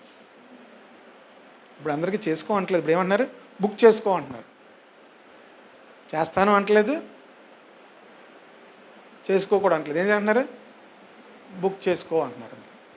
వెంటనే అందరికీ తెలిసిపోయింది, పిల్లలకే తెలుసు బుకింగ్. మనకేం పెద్దలకి ఏం తెలుసా బుకింగ్ చేయడం? మనకి ఏడు తెలియదు. జొమాటో తెలుసా, స్విగ్గీ తెలుసా, ఏడు తెలుసు? నీకు ఏం కావాలి చెప్పి వెళ్ళే టకటకమని. సమోసా కావాలా బుక్, చాట్ కావాలా బుక్, బుక్ కావాలా బుక్, పెన్ కావాలా బుక్, అన్నీ బుక్ చేసేస్తున్నారు. మీరు దేవుని బిడ్డలారా, మన పిల్లలు ఏదైనా అడిగితే మనం ఎంత మురిసిపోతాం. కనుక తండ్రి కూడా మనం చేసే ప్రార్థనలు విని ఆనందించాలంటే, ప్రభా నీ చిత్తమైతే ఇది చెయ్యి ప్రభా అనాలి. ఎంత సంతోషిస్తాడో ప్రభు. నువ్వు ఇవ్వు ప్రభా. పట్టేసానండి పట్టు. మరి ఇంకా ఏంటి ఎవరిని పట్టేశావు? ఆకాశం ఆయన సింహాసనము, భూమి ఆయన పాదపీఠం. ఆయన దగ్గర ఉండడానికి కూడా మనకు యోగ్యత లేదు. ఎవరిని పట్టేస్తాను? పట్టేశారు. ఎవరు పట్టేశారు? యోహాన్ అంటాడు, ఆయన చెప్పులు వారు విప్పుటకు కూడా నాకు యోగ్యత లేదు అంటాడు. ఆయన చెప్పుల షూ లేసులు ఇప్పడానికి కూడా నాకు యోగ్యత లేదు అంటాడు. ఎవరిని పట్టేస్తున్నావు? ఎవరితో మాట్లాడుతున్నావు? దేవుని విషయాలు మాట్లాడుతున్నప్పుడు చాలా భయం ఉండాలి, చాలా వణుకు ఉండాలి. మనం అడిగేస్తే అని ఇచ్చేస్తాడు అనుకున్నారా? మన నోట్లోంచి వచ్చే మాటలు మధురమైనవిగా ఉండాలి. హల్లెలూయా. ప్రభా నీ చిత్తమైతే నాకు దయచేయి, నీకు ఇష్టమైతే నన్ను శుద్ధినిగా చెయ్యి. మార్తా మరియలు అన్నారు, ప్రభా నువ్వు ఉంటే నా యొక్క సహోదరుడు బ్రతుకుండు. అయినా ఇప్పటికైనా నువ్వు ఏదైనా అడిగితే దేవుడు తండ్రి చేస్తాడు కదా. నువ్వు ఇప్పటికైనా ఏదైనా చేయగలవు. ఆ మాటలు యేసు ప్రభును కలవరపెట్టేసేయట. ఆయన వెంటనే ఎక్కడ పెట్టారు చెప్పండి, వెళ్ళిపోదాం అన్నాడు. అలా ఉండాలి మన ప్రార్థనలు. అంతేగాని ప్రభా ఎప్పుడు పిలిస్తే ఎప్పుడు వచ్చావు ప్రభా, అన్నిసార్లు అంతమంది శిష్యులతో వచ్చావు, ఎంత పెట్టాం, ఎన్ని గారెలు పెట్టాం, ఎన్ని బిర్యానీలు పెట్టాం, ఇదా ఎవరిని అడుగుతున్నారు? అందుకే చనిపోయేంత వరకు కూడా బేతనీ వెళ్ళదు ప్రభు. చనిపోయి పరలోకంకి వెళ్ళిపోయేటప్పుడు కూడా బేతనీలోంచి వెళ్ళాడు ఆయన. మీరు చూడండి, లోకాసువార్త లాస్ట్లో ఉంటుంది. బేతనీ ప్రాంతంలోంచి వెళ్ళాడు. బేతనీ ఏ ప్రాంతం? అది మార్తా మరియలు ఉండే ప్రాంతం. చూడండి, లోకాసువార్త 24వ అధ్యాయము 50వ వచనం చూడండి.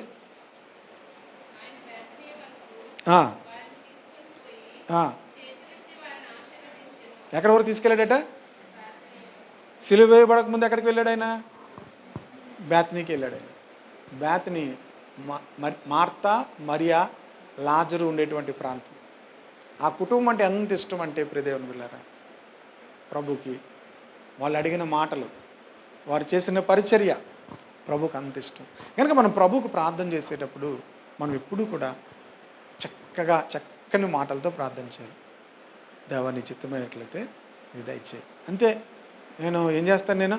నేను ఊపోతూ ఊరుకోనండి, మొత్తం పట్టుపట్టేస్తానండి. పట్టుపట్టేసి ఏం చేస్తారు? తర్వాత ఏం తెచ్చుకుంటారు? నేను ఎప్పుడు ఇదే చెప్తాను. పిల్లలకు ఐస్ క్రీమ్ అడిగేటప్పుడు ఏం చెప్తారు తల్లిదండ్రులు? వద్దు అంటారు. పట్టేస్తుంది. ఎవరు? చూడండి ఎలా చూస్తుంది, ఎవరు అనగానే అలా చూస్తుంది. పట్టుపడతారు. అప్పుడు ఏం చేస్తారు? ఇచ్చేస్తారు. ఇచ్చేసి ఏం కొనుక్కోవాలి తెలుసా? మెడికల్ స్టోర్ దగ్గరికి వెళ్ళి విక్స్ కొనుక్కోవాలి. ఎవరు రాయాలి? జ్వరం వచ్చేది రాత్రికి ముక్కు మీద రాసుకొని, గుండెలు రాసుకొని, చెవులు రాసుకొని. ఎవరికి నిద్ర ఉండదు? ఇప్పుడు నోరు మూసుకో, ఐస్ క్రీమ్ లేదు ఏమి లేదంటే మీరు శుభ్రం పడుకుని ఉండొచ్చు. పాప శుభ్రం పడుకుంటుంది, బాబు శుభ్రం పడుకుంటారు, పొద్దున్న స్కూల్కి వెళ్తారు. మీకు ప్రేమ ఎక్కువైపోయి ఏం చేస్తారు? ఐస్ క్రీమ్ ఇచ్చేస్తారు. యేసుప్రభు అలాగే ఇవ్వడం. ఆయన మన వెనకాతలు విక్స్ పెట్టుకొని తిరగడు ఆయన. అర్థమైందా? అలాంటివి ప్రభు ఆయన చిత్తమైనవి, మీకు యోగ్యమైనవి ఆయన ఇస్తాడు. హల్లెలూయా. గనుక ప్రియ దేవుని బిడ్డలారా, మనము దేవుని చిత్తానుసారముగా ప్రతి విషయాన్ని కూడా ప్రార్థించాలి. ఎందుకు ఈ మధ్యలో ఎందుకు చెప్పాను ఇది?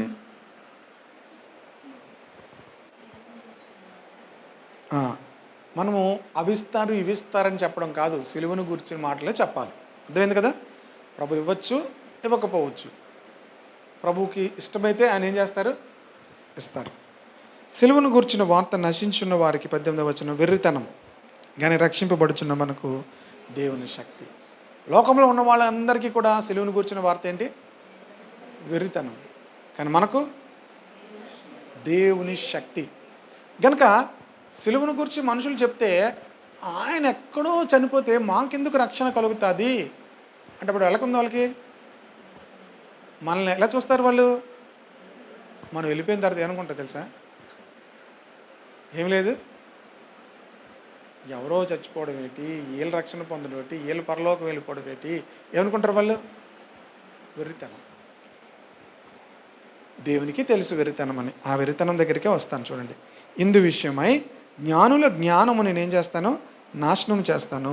వివేకుల వివేకము నేను శూన్యం చేస్తాను. జ్ఞానులకు జ్ఞానము నేను చేస్తాను అన్నాడు ఆయన, నాశనం చేస్తాను. జ్ఞానవంతంగా ఆలోచిస్తే రక్షణ రాదు. ఎంత బుర్ర పెట్టి ఆలోచించినా కూడా రక్షణ రాదు. వివేకము ఏం చేస్తారన్నాడు? వివేకుల వివేకాన్ని అని వ్రాయబడి ఉన్నది అని చెప్తూ, జ్ఞాని ఏమైనో, జ్ఞానులు అంటే ఎవరంటే ఇప్పుడు వీళ్ళు గ్రీసు దేశస్తులు, వీళ్ళు చాలా తెలివైన వాళ్ళు. కొరింథీలో ఉన్నటువంటి వాళ్ళు ఎలాంటి వాళ్ళు? చాలా తెలివైన వాళ్ళు, చాలా జ్ఞానం కలిగిన వాళ్ళు. శాస్త్రి అంటే వీళ్ళు పరిచయులు, శాస్త్రులు ఉన్నారు కదా, యూదులు. ఏమైను ఈ లోకపు తర్కవాది ఏమైను. తర్కం చాలామంది తర్కిస్తారు. ఎలాగైతే ఎలాగా, అలాగైతే ఎలాగా, కన్యక గర్భాన్ని ఎలా పుడతాడు, అది ఎలాగవుతుంది, ఇది ఎలాగవుతుంది, రీజనింగ్ అదంతా. మీకు మరలా చెప్తున్నాను, కన్యక గర్భాన్ని ఎలా పుడతాడు ఎవరిని అడిగితే మనకి ఏముంది? ఒక సిస్టమ్ ఉంది. పిల్లలు పుట్టాలంటే వివాహం అవ్వాలి, భార్య భర్తలు ద్వారా వారి కలయిక ద్వారా పిల్లలు పుడతారు. ఇది ఏ సిస్టము? భూమి మీద ఉన్న సిస్టమ్. ఇది పరలోకంలో సిస్టమ్ ఏం కాదు. మీకు అర్థమవుతుందా? పరలోకంలో సిస్టము మీకు వివాహం అయిన తర్వాత పిల్లలు పుడతారు. మీకు మరి తండ్రికి కుమారుడు అనేటువంటి తండ్రికి భార్య ఎవరు? పరలోకంలో అది కాదు. మనము భూమి మీద నుంచి పరలోకాన్ని ఆలోచిస్తే అర్థం కాదు. అర్థమైందా మీకు? పరలోకంలో ఉన్న సిస్టమ్ అదేం కాదు. దేవుడు కలుగునుగాక అంటే సృష్టి కలిగింది. పరలోక సిస్టమ్ అది. అర్థమైందా? పరలోక విధానం అది. అంతేగాని మనము మరి వివాహం కాకుండా ఎలాగవుద్ది మనం వాళ్ళకి చెప్పడానికి ట్రై చేస్తున్నాం. ఎంత చెప్పినా అర్థం అవుతుంది వాళ్ళకి. పరిశుద్ధాత్మ వారి మీదకి వచ్చినప్పుడు వాళ్ళు ఆమె గర్భంలోనికి శిశువు జన్మించడం జరిగింది, ఇది పరిశుద్ధాత్మలో జరిగిందంటే వాళ్ళకి ఏమవుదు? అర్థం అవదు.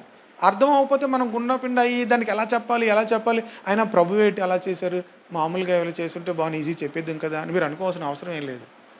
అర్థమైంది కదా? వాళ్ళకి అది అర్థం అవ్వకపోవడం ద్వారా మీరు కంగారు పడవలసిన అవసరం లేదు. ఎందుకంటే దేవుడు ఏం చెప్పాడో ఇక్కడ చెప్తున్నాడు చూడండి. ఈ లోక జ్ఞానము దేవుడు ఏం చేశారట? వెర్రితనంగా చేసి ఉన్నాడు కదా. దేవుని జ్ఞానానుసారముగా లోకము తన జ్ఞానము చేత దేవుని ఎరగుకుండినందున సువార్త ప్రకటన వెర్రితనము చేత నమ్మువారిని రక్షించడం దేవుని దయాపూర్వక సంకల్పమాయను. అసలు రక్షించేదే మేము వెర్రివాళ్ళము అన్నప్పుడే దేవుడు రక్షిస్తాడు. మేము రీజనింగ్ చేసి మేము అంతా కనుక్కొని ప్రయత్నం చేసి తవ్వకాలు చేసి మేము తెలుసుకున్నాక మేము నమ్ముతాము అంటే ఎప్పటికీ వారికి రక్షణ కలగదు. ఎందుకంటే దేవుని జ్ఞానానుసారముగా, అంటే దేవుడు మనుషులకు జ్ఞానం ఇచ్చాడు కానీ లోకము తన జ్ఞానము చేత దేవుని తెలుసుకోలేదు. అన్నీ తెలుసుకుంది కానీ ఎవరిని తెలుసుకోలేదు? దేవుని తెలుసుకోలేదు కూడా. మనిషికి దేవుడు ఎంతో జ్ఞానం ఇచ్చాడు కానీ ఆ జ్ఞానము చేత ఏం చేయలేదట? దేవుని తెలుసుకోలేదు. గనుక దేవుడు ఇప్పుడు ఏం చేస్తున్నాడు? సువార్త ప్రకటనను వెర్రితనము చేత. సువార్తే వెర్రితనం, వాళ్ళు వెర్రితనం అనుకోవడానికి లేదు. సువార్తే ఏంటి? వెర్రితనం చేత రక్షించుటకు, నమ్మువారిని రక్షించుటకు. ఎవరిని రక్షిస్తుందట? నమ్మువారిని రక్షించుటకు దేవుని దయాపూర్వక సంకల్పమాయను. హల్లెలూయా. దేవుడు ఇప్పుడు జ్ఞానముతో రక్షించట్లేదు. జ్ఞానం ఇచ్చాడు కానీ దేవుడు మనుషులకు జ్ఞానము చేత దేవుని దగ్గరికి మనుషులు రాలేదు. మేమే దేవుళ్ళు అనుకుంటున్నారు. ఏమనుకుంటున్నారు మనుషులు? మేమే దేవుళ్ళము అనుకుంటున్నారు. ఎంత జ్ఞానం పెరిగిపోయిందంటే మేమే దేవుళ్ళు అనుకుంటున్నారు. కాదు, ఇప్పుడు దేవుడు దేని ద్వారా రక్షించాలనుకుంటున్నాడు? వెర్రితనము ద్వారా రక్షించాలనుకుంటున్నాడు. హల్లెలూయా. వెర్రితనము ద్వారా. వెర్రితనం ఏంటి? సువార్తను నమ్మడమే వెర్రితనం. యేసు ప్రభు నా కొరకు మరణించాడు, తిరిగి లేచాడు, మరలా రాబోతున్నాడు. ఇది మీకు వెర్రితనంగా ఉండొచ్చు, కానీ అదే సువార్త. పౌలు ఏమన్నాడు రోమీలకు చెప్పి, సువార్తను గురించి నేను సిగ్గుపడువాడిని కాను, ఎందుకంటే అది నమ్మువారిని రక్షించుట కదా దేవుని శక్తి అయినది. సువార్తను గురించి నేను సిగ్గుపడను, ఎందుకంటే ఏమనుకుంటారో ఏంటో అనుకుంటాం మనం. కనుక ప్రియ దేవుని బిడ్డలారా, చాలాసార్లు మనం మాట్లాడుతూ సువార్త చెప్పామనుకో, మనం కొంతమంది ఏం చేస్తారు? చీప్గా చూడొచ్చు. కానీ పౌలు అంటున్నాడు, నేను సిగ్గుపడను, ఒకవేళ నమ్మితే అది దేవుని శక్తి వాళ్ళకి. హల్లెలూయా. కనుక నేను సిగ్గుపడను అంటున్నాడు. కనుక యూదులు సూచక్రియలు చేయమని అడుగుతున్నారు. 22వ వచనం. యూదులు ఏమడుగుతున్నారు? మేము ఎప్పుడు నమ్ముతాము? సూచక్రియలు చేస్తే మేమేమవుతాం? నమ్ముతాము అంటున్నారు. గ్రీసు దేశస్తులు ఏమంటున్నారు? జ్ఞానం వెతుకుతున్నారు. వారు చాలా జ్ఞానం వెతుకుతున్నారు. ప్రభు యొక్క మాటల్లో జ్ఞానం, ప్రభు యొక్క చేసే క్రియల్లో జ్ఞానం వెతుకుతున్నారు. వాళ్ళు సూచక్రియలు చేయమంటున్నారు, వీళ్ళు జ్ఞానం అడుగుతున్నారు. మేమేం చేస్తామంటున్నాడు? అయితే మేము సిలువ వేయబడిన క్రీస్తును ప్రకటిస్తున్నాము. సూచక్రియలు అడుగుతున్నారు, జ్ఞానం అడుగుతున్నారు. మేమేం చేస్తున్నాం? అది చేయట్లేదు, ఇది చేయట్లేదు. ఏం చెప్తున్నాం? సిలువ వేయబడిన. ఎందుకంటే జ్ఞానము రక్షించదు, సూచక్రియలు కూడా రక్షించు. మీకు తెలుసా, ఎన్నో సూచక్రియలు చేశారు. ఒక విషయం చూడండి, యోహాను సువార్త 12:37 వచనం చూడండి. యోహాను సువార్త 12:37 వచనం. యేసు ఈ మాటలు చెప్పి వెళ్ళి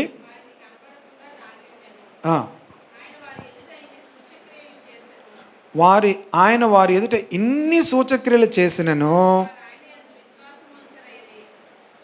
యేసు ప్రభు ఎన్నో సూచక్రియలు వారి ఎదుట చేసినప్పటికి కూడా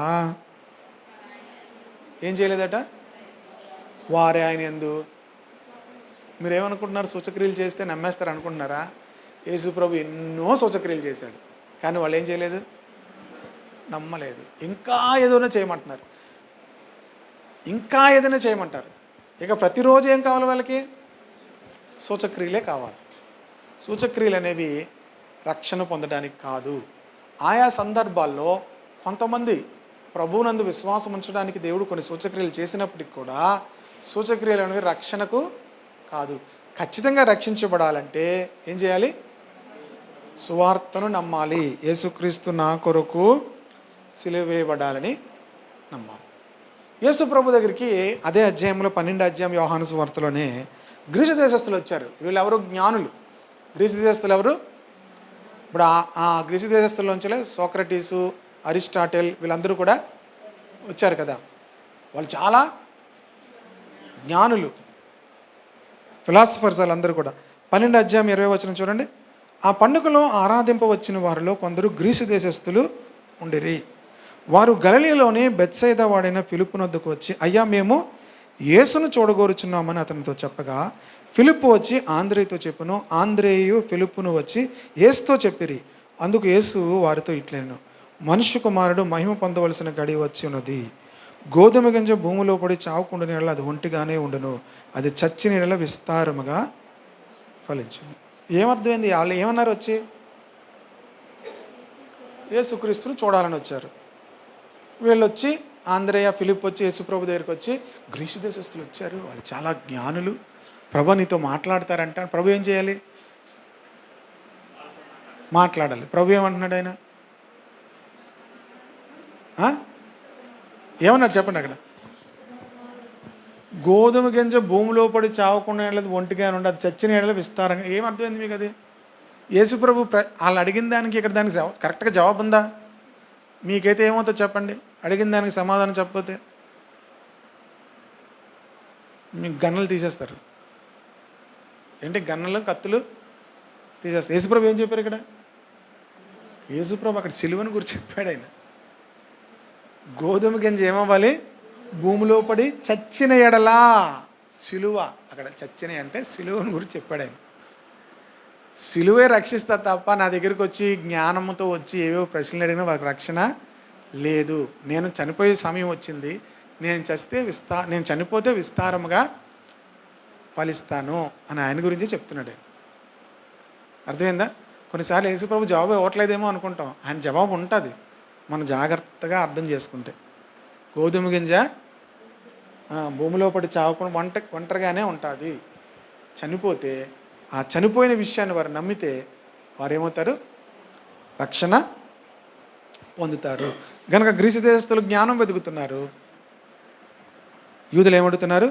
సూచక్రియలు అడుగుతున్నారు. అయితే మేము సిలువ వేయబడిన క్రీస్తును ప్రకటిస్తున్నాము. మరలా కొరింథీ పత్రిక వచ్చాను. ఆయన యూదులకు ఆటంకముగాను అన్ని జనులకు వెరితనముగాను ఉన్నాడు. యూదులకు ఎలా ఉన్నాడు? ఆయన ఆటంకంగా ఉన్నాడు. ఆయన మాటలు, ఆయన చేసే కార్యాలన్నీ కూడా ఎలాగున్నాయి? వాళ్ళకి ఆటంకంగా ఉన్నాయి. వాళ్ళన్నీ కూడా చాలా ఆచారబద్ధంగా చేస్తున్నాడు. యేసుప్రభు అంతా కూడా అన్నీ మార్చేస్తున్నాడు ఆయన. వాళ్ళకి ఏమైనాడు? ఆయన ఆటంకంగా ఉన్నాడు. ఇప్పుడు వీళ్ళకు అన్ని జనులకు వెర్రి వాళ్ళలాగా ఉన్నాడు ఆయన. కానీ యూదులకేమి గ్రీసు దేశస్తులకేమి పిలువబడిన వారికి క్రీస్తు దేవుని శక్తియు దేవుని జ్ఞానమునై ఉన్నాడు. దేవుని శక్తి దేవుని జ్ఞానం ఎవరికి వస్తుంది అంటే పిలువబడిన వారికి వస్తుంది అంటున్నాడు. హల్లెలూయా. అంటే అర్థం ఏంటి? పిలువబడిన వారికి అంటే ఆ పిలుపును అంగీకరించిన వారికి. హల్లెలూయా.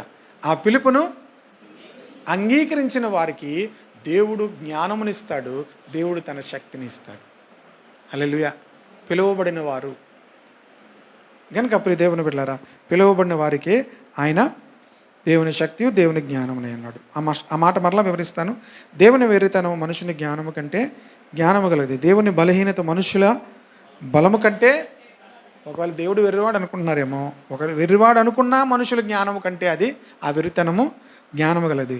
దేవుడు బలహీనుడు అనుకుంటున్నారేమో, ఆ దేవుని బలహీనత మనుషుల యొక్క బలము కంటే బలమైనది అని చెప్తున్నాడు. 26వ వచనం ఇప్పుడు చెప్తాను, మళ్ళీ పిలుపు గురించి. సహోదరులారా, మిమ్మును పిలిచిన పిలుపును చూడుడి. మీలో లోకరీతిని జ్ఞానులైనను గనులైనను గొప్ప వంశం వారైనను అనేకులు పిలువబడలేదు. ఈ పిలువబడని మాట దగ్గరికి వస్తున్నాను. మీలో ఏమంటున్నాడు?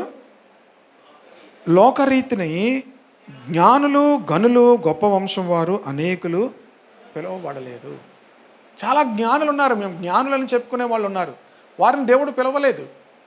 శిష్యులను ఆయన పిలిచాడు, సామాన్యమైన చేపలు పట్టుకునే వాళ్ళని పిలిచాడు. ఆయన చేపలు పట్టుకునే వాళ్ళని పిలిచాడు. చేపలు పట్టుకునే వాళ్ళు ఎలా ఉంటారు? మీరు ఒకసారి బీచ్ దగ్గరికి వెళ్తే తెలుస్తుంది, హార్బర్ దగ్గరికి వెళ్తే తెలుస్తుంది. బీచ్ దగ్గరికి వెళ్తే చేపలు పట్టుకునే వాళ్ళు కనబడరు, కానీ ఫిషింగ్ హార్బర్ దగ్గరికి వెళ్తే తెలుస్తుంది వాళ్ళ యొక్క ఎలా ఉంటారో. ప్రియ దేవుని బిడ్డలారా, యేసు ప్రభు విద్య లేని పామరులను పిలిచాడు ఆయన.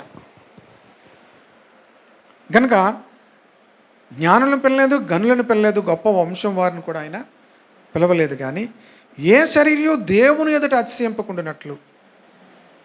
దేవునికి ఏది ఇష్టం ఉండదంటే ఆయన దగ్గరకు వచ్చి మేకపోతుల్లా ఉంటే ఆయనకు అసహ్యం. మేకపోతాను ఎందుకని? ఆయన మేక ఎప్పుడు ఎలా నడుస్తుంది చెప్పండి?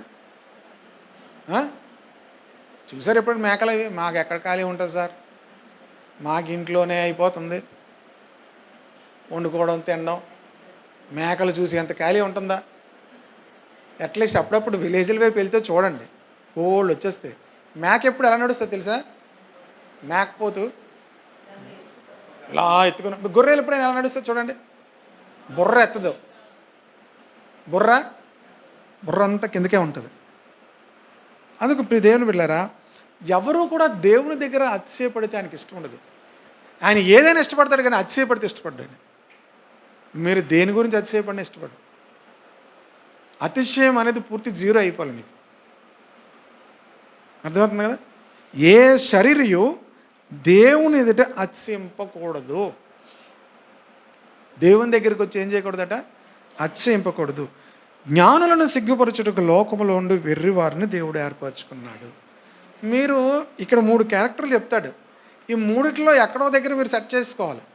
అర్థమైందా? మళ్ళీ చెప్తానమాట. జ్ఞానులను సిగ్గుపరచుటకు లోకములో ఉండు వెర్రి వారిని దేవుడు ఏర్పరచుకున్నాడు. ఎవరిని ఏర్పరచుకున్నాడు దేవుడు? ఎవరిని? జ్ఞానులను సిగ్గుపరచడానికి దేవుడు ఏం చేశాడు? వెర్రి వారిని ఏర్పరచుకున్నాడు. సాధారణంగా అపోస్తలుడైన పౌలు చాలా జ్ఞాని, యూదులకు చెప్పాలి పౌలు, కానీ పౌలునేమో అన్యజనుల దగ్గర పంపించాడు. పేతురేమో విద్య లేని పామరుడు, యూదులకు చెప్పాలి, యూదుల దగ్గర వాడుకున్నాడు పౌలు. మనం అనుకుంటాం మంచి జ్ఞానం కలిగితే దేవుడు జ్ఞానుల దగ్గర వాడుకుంటాడేమో అనుకుంటాం. దేవుడు ఏం చేస్తున్నాడు? జ్ఞానులను సిగ్గుపరచుటకు లోకములో ఉండి వెర్రి వారిని దేవుడు ఏర్పరచుకున్నాడు. బలవంతులైన వారిని సిగ్గుపరచుటకు లోకములో బలహీనులైన వారిని దేవుడు ఏర్పరచుకున్నాడు. ఇప్పుడు మీరు వెర్రివారా బలహీనులా చూసుకోండి. మీరు ఆ కేటగిరీలో ఎక్కడున్నారో చెప్పుకోండి. అందుకే దేవుడు ఎవరిని ఏర్పరచుకున్నాడట? వెర్రివారిని ఏర్పరచుకున్నాడు. రెండవది బలహీనులను ఏర్పరచుకున్నాడు. ఎన్నికైన వారిని వ్యర్థము చేయుటకు లోకములో నీచులైన వారిని, తృణీకరింపబడిన వారిని, ఎన్నిక లేని వారిని దేవుడు ఏర్పరచుకున్నాడు. ఎన్నికైన వారిని వ్యర్థము చేయుటకు ఏం చేశారట? లోకములో నీచులుగా ఉన్న వారిని, త్రాగుబోతుల్ని, తిరుగుబోతుల్ని, లోకంలో ఎందుకు పనికిరాని వాళ్ళని దేవుడు ఏం చేసుకున్నాడట? ఎందుకు? ఎవరికోసం? ఎవరిని సిగ్గుపరచడానికి? ఎన్నికైన వారిని వ్యర్థము చేయడానికి దేవుడు లోకంలో నీచులేని వారిని, తృణీకరింపబడిన వారిని, ఎన్నిక లేని వారిని దేవుడు ఏర్పరచుకున్నాడు. ఇప్పుడు మీరు ఏ కేటగిరీలో ఉంటారు? జ్ఞానులు ఉన్నారు, బలవంతులు ఉన్నారు, ఎన్నికైన వారు ఉన్నారు, ఒక గ్రూపు. ఇంకో గ్రూప్ ఉంది, ఏంటి? వెర్రివారు, బలహీనులు, నీచులు, తృణీకరింపబడిన వారు, ఎన్నికలేని వారు, అదొక గ్రూప్ ఉంది. ఏ గ్రూప్లో ఉంటారు మీరు? మీరే చెప్పుకోండి, నేను నాకేం చెప్పద్దు. మీది ఏ group? BiPC, MPC, triple E. ఏ గ్రూపు? వెర్రివారి గ్రూపు, బలహీనుల గ్రూపు, నీచులుగా, తృణీకరింపబడిన వారం, ఎన్నిక లేని గ్రూప్. దేవుడు మిమ్మల్ని ఎన్నుకున్నాడంటే ఈ గ్రూప్లో ఉండాలి. మీరు ఈ గ్రూప్లో ఉన్నారు కనుకనే మీరు ఎన్నుకోబడ్డారు. మీరు ఆ పక్క గ్రూప్లోకి వెళ్ళిపోయారు అనుకోండి, ఈ గ్రూప్లోకి వచ్చి మీరు ఏమనుకుంటారు? జ్ఞానులు, బలవంతులు, ఎన్నికైన వారి గ్రూప్లోకి వెళ్ళిపోయారు. వాళ్ళు ఎవరు? వాళ్ళని సిగ్గుపరచడానికి దేవుడు వెర్రివారిని, అందుకు మీరు అలాగనుకుంటే మిమ్మల్ని సిగ్గుపరిచే వారిని దేవుడు మీ దగ్గర పంపిస్తాడు. అర్థమైంది కదా? బలహీనులను పంపిస్తాడు, తృణీకరింపబడిన వారిని పంపిస్తాడు, నీచులైన వారిని పంపిస్తాడు. అర్థమైంది కదా? ఎందుకు ఇలా చేస్తున్నాడు అంటే 30వ వచనం, అయితే ఆయన మూలముగా మీరు క్రీస్తు యేసునందు ఉన్నారు. మనమందరం కూడా క్రీస్తులోనికి వచ్చాము అని చెప్తూ అది వివరించాలంటే 31 అర్థం అవ్వాలి మీకు. అతిశించువాడు ప్రభువునందే అతిశయింపవలనని వ్రాయబడింది నెరవేరినట్లు దేవుని మూలముగా ఆయన మనకు జ్ఞానమును, నీతియు, పరిశుద్ధతయు, విమోచనం. ఆయన అంటే మనం వెర్రివాళ్ళం అంటే వెర్రివాళ్ళలాగే ఉండవు. మనం క్రీస్తులోనికి వచ్చిన తర్వాత క్రీస్తు మనకు జ్ఞానముగా ఉంటాడు. హల్లెలూయా. ఇప్పుడు ఎవరి జ్ఞానం? క్రీస్తు అతిశయించువాడు ప్రభువునందే అతిశయింపవలనని వ్రాయబడినది. వాక్యం రాయబడింది ఒక మాట, అతిశయించువాడు ప్రభువునందే అతిశయించాలి. ఆ మాట నెరవేరాలని దేవుని మూలముగా ఆయన అంటే క్రీస్తు మనకేంటి? జ్ఞానము. క్రీస్తు ఎవరు? జ్ఞానము, నీతి, పరిశుద్ధత, విమోచన అయినాడు. హల్లెలూయా. ఇప్పుడు నేను జ్ఞానవంతుడని ఎవరైనా చెప్పారనుకోండి, మీరేమంటారు? నేను వెర్రోడిని, దేవుడు నన్ను ఏర్పరచుకున్నాడు, దేవుడు నాకు జ్ఞానం ఇచ్చాడు. మనం ఏమనుకుంటాం మనసులో? మీరు చాలా బలవంతులండి, తెలివైన వాళ్ళండి అంటే మీరేమనుకోవాలి మనసులో? మేము బలహీనం కనుక దేవుడు మమ్మల్ని ఎన్నుకున్నాడు, మేము వెర్రివారం కనుక దేవుడు మమ్మల్ని ఎన్నుకున్నాడు. అయితే ప్రభులోకి వచ్చాక దేవుడు మాకేం చేశాడు? క్రీస్తు మాకు జ్ఞానము, క్రీస్తు మాకు నీతి, క్రీస్తు మాకు పరిశుద్ధత, ఆయనే మాకు విమోచన. హల్లెలూయా. అలాగ మీ హృదయంలోకి ఎప్పుడైతే మీకు ఆ భావం వస్తుందో మీరు ప్రభువునందు అతిశయపడుతున్నారన్నమాట. హల్లెలూయా. లేకపోతే మీరు దేని ఎందు అతిశయపడుతున్నారు?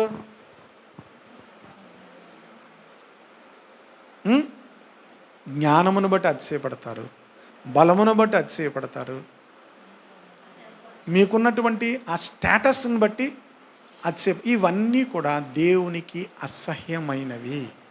ఇవన్నీ కూడా ఏంటి? దేవునికి ఒకవేళ మనం పిల్లలుగా ప్రార్థనకు వస్తున్నప్పుడు కూడా ఇలాంటివి ఉంటే దేవుడు మిమ్మల్ని అసహించుకుంటాడు. పరిశుద్ధాత్ముడు మీరు దుఃఖపరుస్తూ ఉంటారనమాట. పరిశుద్ధాత్ముడు మనల్ని అసహించుకొని వెళ్ళిపోడు. ఏమవుతాడు? దుఃఖపడుతూ ఉంటాడు. కొంతమంది పిల్లలు తల్లిదండ్రుల మాట వెళ్ళినప్పుడు తల్లిదండ్రులు ఏం చేస్తారు? ఏం అనలేనప్పుడు దుఃఖపడుతూ ఉంటారు. కొంతమంది భర్తలు వారు చెప్పిన మాట వెళ్ళలేనప్పుడు, ఇంట్లో వారు సరిగా ఉండలేనప్పుడు భార్యలు ఏం చేస్తారు? దుఃఖపడుతూ ఉంటారు. పరిశుద్ధాత్మ కూడా మనం ప్రభు విషయాలు అర్థం చేసుకోకుండా, ప్రభు మార్గాలను అర్థం చేసుకోకుండా అనవసరమైనటువంటి అతిశయాలు, అనవసరమైన డంబాలతో మనం ఉంటే దుఃఖపడతాడు. ఆయన ఏం చేస్తాడు? వెళ్ళలేక వెళ్ళిపోలేడు. ఎందుకు వెళ్ళిపోలేడు? తల్లి పిల్లల్ని వదిలేసి వెళ్ళిపోలేదు. ఎందుకు వెళ్ళిపోలేదు? తన బాధ్యత పిల్లల్ని చూడాలి, చెయ్యాలి కనుక. కానీ వాళ్ళ ప్రవర్తన చూసి ఏమవుతారు? దుఃఖపడుతుంటారు. పరిశుద్ధాత్ముడు కూడా దేవుని బిడ్డలారా, మనము అనవసరమైనటువంటి అతిశయాలు మన జీవితంలో ఉంటే మనల్ని చూసి దుఃఖపడతాడు ఆయన.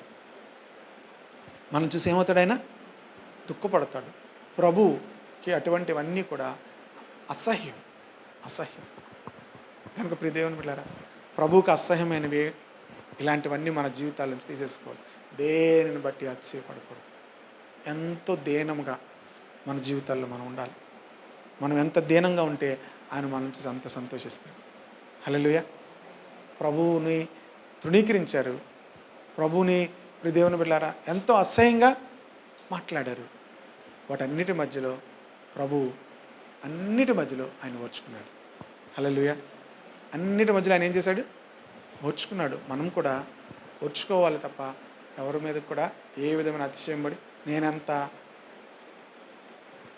నా ఆస్తి ఎంత, నా జీతం ఎంత,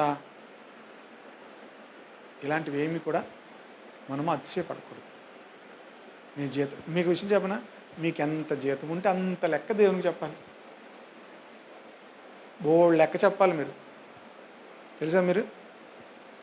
మీకు ఎంత ఉంటే అంత దేవునికి లెక్క అప్పగించాలి. బైబిల్లో ఉంది తెలుసా మీకు? మనలో ప్రతివాడు తన గురించి దేవునికి లెక్క అప్పగించవలను. మనలో ప్రతివాడు దేవునికి తన గురించి ఏం లెక్క అప్పగించాలి? నీకున్న దాని అంతటి గురించి లెక్క అప్పగించాలి. నీకు ఇచ్చిన సమయం అంతటి గురించి లెక్క అప్పగించాలి. నీకు ఇచ్చిన ధనం అంతటికి ఏం చేయాలి? లెక్క అప్పగించాలి. మేమేదో చెప్తాం అన్నారు అనుకోండి, ఇంకేం అవసరం లేదు. ఎడం చేత ఒకటి ఉంది, కుడి చేతి పక్క ఒకటి ఉంది. ఏంటి? యేసుప్రభు ఎడం చేతి పక్క ఒకటి ఉంది, కుడి చేతి పక్క ఒకటి ఉంది. ఎడం చేతి పక్క ఏముంది? అపవాది సంబంధులకును సిద్ధపరిచినటువంటి నరకం ఉంది. లెక్క మేము చెప్పమంటే ఏం చేయాలి? ఎడం చేతి పక్క వెళ్ళిపోవడం ఇంకేముండదు. కుడి చేతి పక్క ఉన్న వాళ్ళు దేవుని బిడ్డలారా, నేను ఆకలిగా ఉంటే మీరు ఆహారం పెట్టారు, నాకు వస్త్రాలు లేనప్పుడు మీరు వస్త్రాలు ఇచ్చారు, నేను చెరసాల్లో ఉంటే నన్ను చూడడానికి వచ్చారు, నేను రోగిగా ఉంటే నన్ను పరామర్శించారు, నాకు వస్త్రాలు లేనప్పుడు వస్త్రాలు ఇచ్చారు, నాకు దాహమైనప్పుడు నీళ్ళు ఇచ్చారు. దేవుని బిడ్డలారా, దేవుడు ఎంత మనకిస్తే అంత ఏం చేయాలి? ప్రభువు యొక్క రాజ్యవ్యాప్తిలో మనం వాడుకోవాలి. Praise the lord. మన చుట్టూ అనేక మంది నీడీ పీపుల్ ఉన్నారు. వాళ్ళందరికీ మనం ఏం చేయాలి? సహాయం చేయాలి. ఎంత మనకుంటే అంత సహాయం చేయాలి. లెక్క దేనికి అడుగుతాడు దేవుడు? ప్రభు మీరు ఎంత ఇచ్చారో అంతా బ్యాంకులో అలాగే వదిలేసి వచ్చాం ప్రభు. ఎక్కడికి వచ్చారు? అంతా అక్కడే ఉంది ప్రభు. ఎక్కడ చెప్పాలి? అక్కడే దాచి, అక్కడే కప్పి, అక్కడే వచ్చాం ప్రభు. ఏమన్నాడు ఆయన? వీడిని తీసుకెళ్ళి కట్టి అందులో పడేయండి అన్నారు. అందులో పడేయండి అన్నారు. ఎందుకు?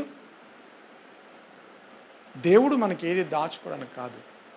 మనము దేవుని బిడ్డలారా, దేవుని రాజ్యంలో మన చుట్టూ అవసరతలు ఉన్నవారికి, మన చుట్టూ అక్కర్లో ఉన్నవారికి, అనారోగ్యంలో ఉన్నవారికి మనం ఏం చేయాలి? సహాయం చేయాలి. Praise the lord. మనం ఎలాగా చేస్తున్నామంటే దేవుని రాజ్యములో మనము ఇన్వెస్ట్ చేస్తున్నాం. దేవుడు లెక్క అడిగాడు అనుకోండి, అప్పుడు ఏం చెప్పాలి మనం? Praise the lord. హల్లెలూయా. గనుక ప్రియ దేవుని బిడ్డలారా, దేవుని రాజ్యంలో మనం లెక్క అప్పగించాలి. అందరం లెక్క అప్పగించాలి. అర్థమైందా? ఆ వచనం తర్వాత ఎప్పుడైనా చూపిస్తాను. రోమాపత్రికలో ఉంటుంది, హెబ్రీ పత్రికలో ఉంటుంది, కొరింథీ పత్రికలో కూడా నెక్స్ట్ వస్తుంది, చెప్తాను. మనం అందరము దేవునికి ఏం చేయాలి? We are all accountable. అందరి అకౌంట్స్ కూడా దేవునికి చెప్పాలి. పాస్టర్ గారు మేము చెప్పాలి. ఏం చేశారు అంటే ఏం చెప్పాలి? లెక్క చెప్పాలి. ఎందుకు చేశాము? లెక్క చెప్పాలి. ఎందుకు ఖర్చు పెట్టారు? లెక్క చెప్పాలి. ప్రియదేవుని బిడ్డలారా, ప్రతి ఒక్కరూ లెక్క చెప్పాలి. అందుకే అకౌంట్స్ అన్నీ జాగ్రత్తగా రాసుకోండి. అర్థమైందా? దేనికి రాసుకోవడం? దేవుడు ఎంత మనకిస్తే అంత లెక్క అప్పగించాలి. అందుకే అతిశయించేవాడు ఎవరు ఉంది? అతిశయించాలట దేవుని ఎందు అతిశయించాలి తప్ప మనకి ఏదైనా ఉంది, అది ఉంది, ఇది ఉంది, అదంతా ఏం చేయాలి? ఎంతున్నా దేవుని కొరకే మనం ఏం చేయాలి? వాడాలి. అవసరతలు ఉన్న వారికి వాడాలి, అనారోగ్యంలో ఉన్న వారికి వాడాలి. దేవుని బిడ్డలారా, ఇది భూమి మీద మనం చేయవలసిన పని, అంతే. ఇది పరిచర్య. Praise the lord. మీరు అనుకున్నట్టుగా వాక్యం చెప్పడమే పరిచర్య కాదు, ఇదంతా కూడా పరిచర్య. మీరు మత్తయి సువార్త 20వ అధ్యాయం చదవండి. చదివితే దేవుని బిడ్డలారా, ఇవన్నీ మనం చేయాలి.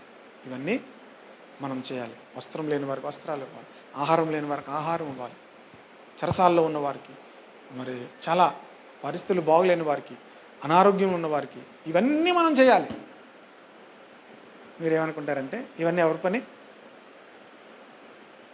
మామూలుగా మీరు ఏమనుకుంటారు? ఇవన్నీ ఎవరి పని? పాస్టర్ గారి పని అనుకుంటారు. మీకు చెప్పనా పాస్టర్ గారి పని ఏంటో?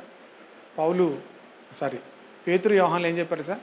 వాక్యము బోధించుటయు ప్రార్థన చేయుటయు మాని మేము ఇవన్నీ చేయుట ఉత్తమం కాదు, గనుక అవన్నీ చేయడానికి మనుషుల్ని ఏర్పరచుకోండి అన్నారు. అపోస్తుల కార్యం 6వ అధ్యాయంలో. అర్థమైందా? దేవుని సేవకుల పని ఏంటి? వాక్యము బోధించుట, ప్రార్థన చేయుట. మీరు అనుకున్నట్లుగా ఇవన్నీ చేయటం ఎవరి పని? మనలో ప్రతి ఒక్కరి పని. నేను కూడా ఇక్కడ పాస్టర్ గారిని కిందకెళ్ళాక నేను విశ్వాసనే. అర్థమైందా? నేను ఇంట్లోని ఎవరి దగ్గర?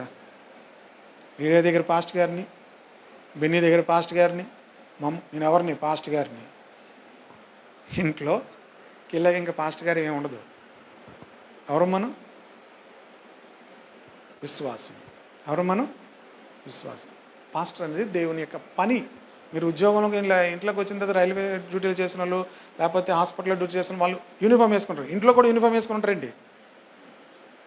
ఎందుకు? ఇంట్లోకి వచ్చాక ఏంటి? వాళ్ళు డ్యూటీ చేయట్లేదు. ఇంట్లోకి వచ్చాక మామూలు మనుషులు అంతే.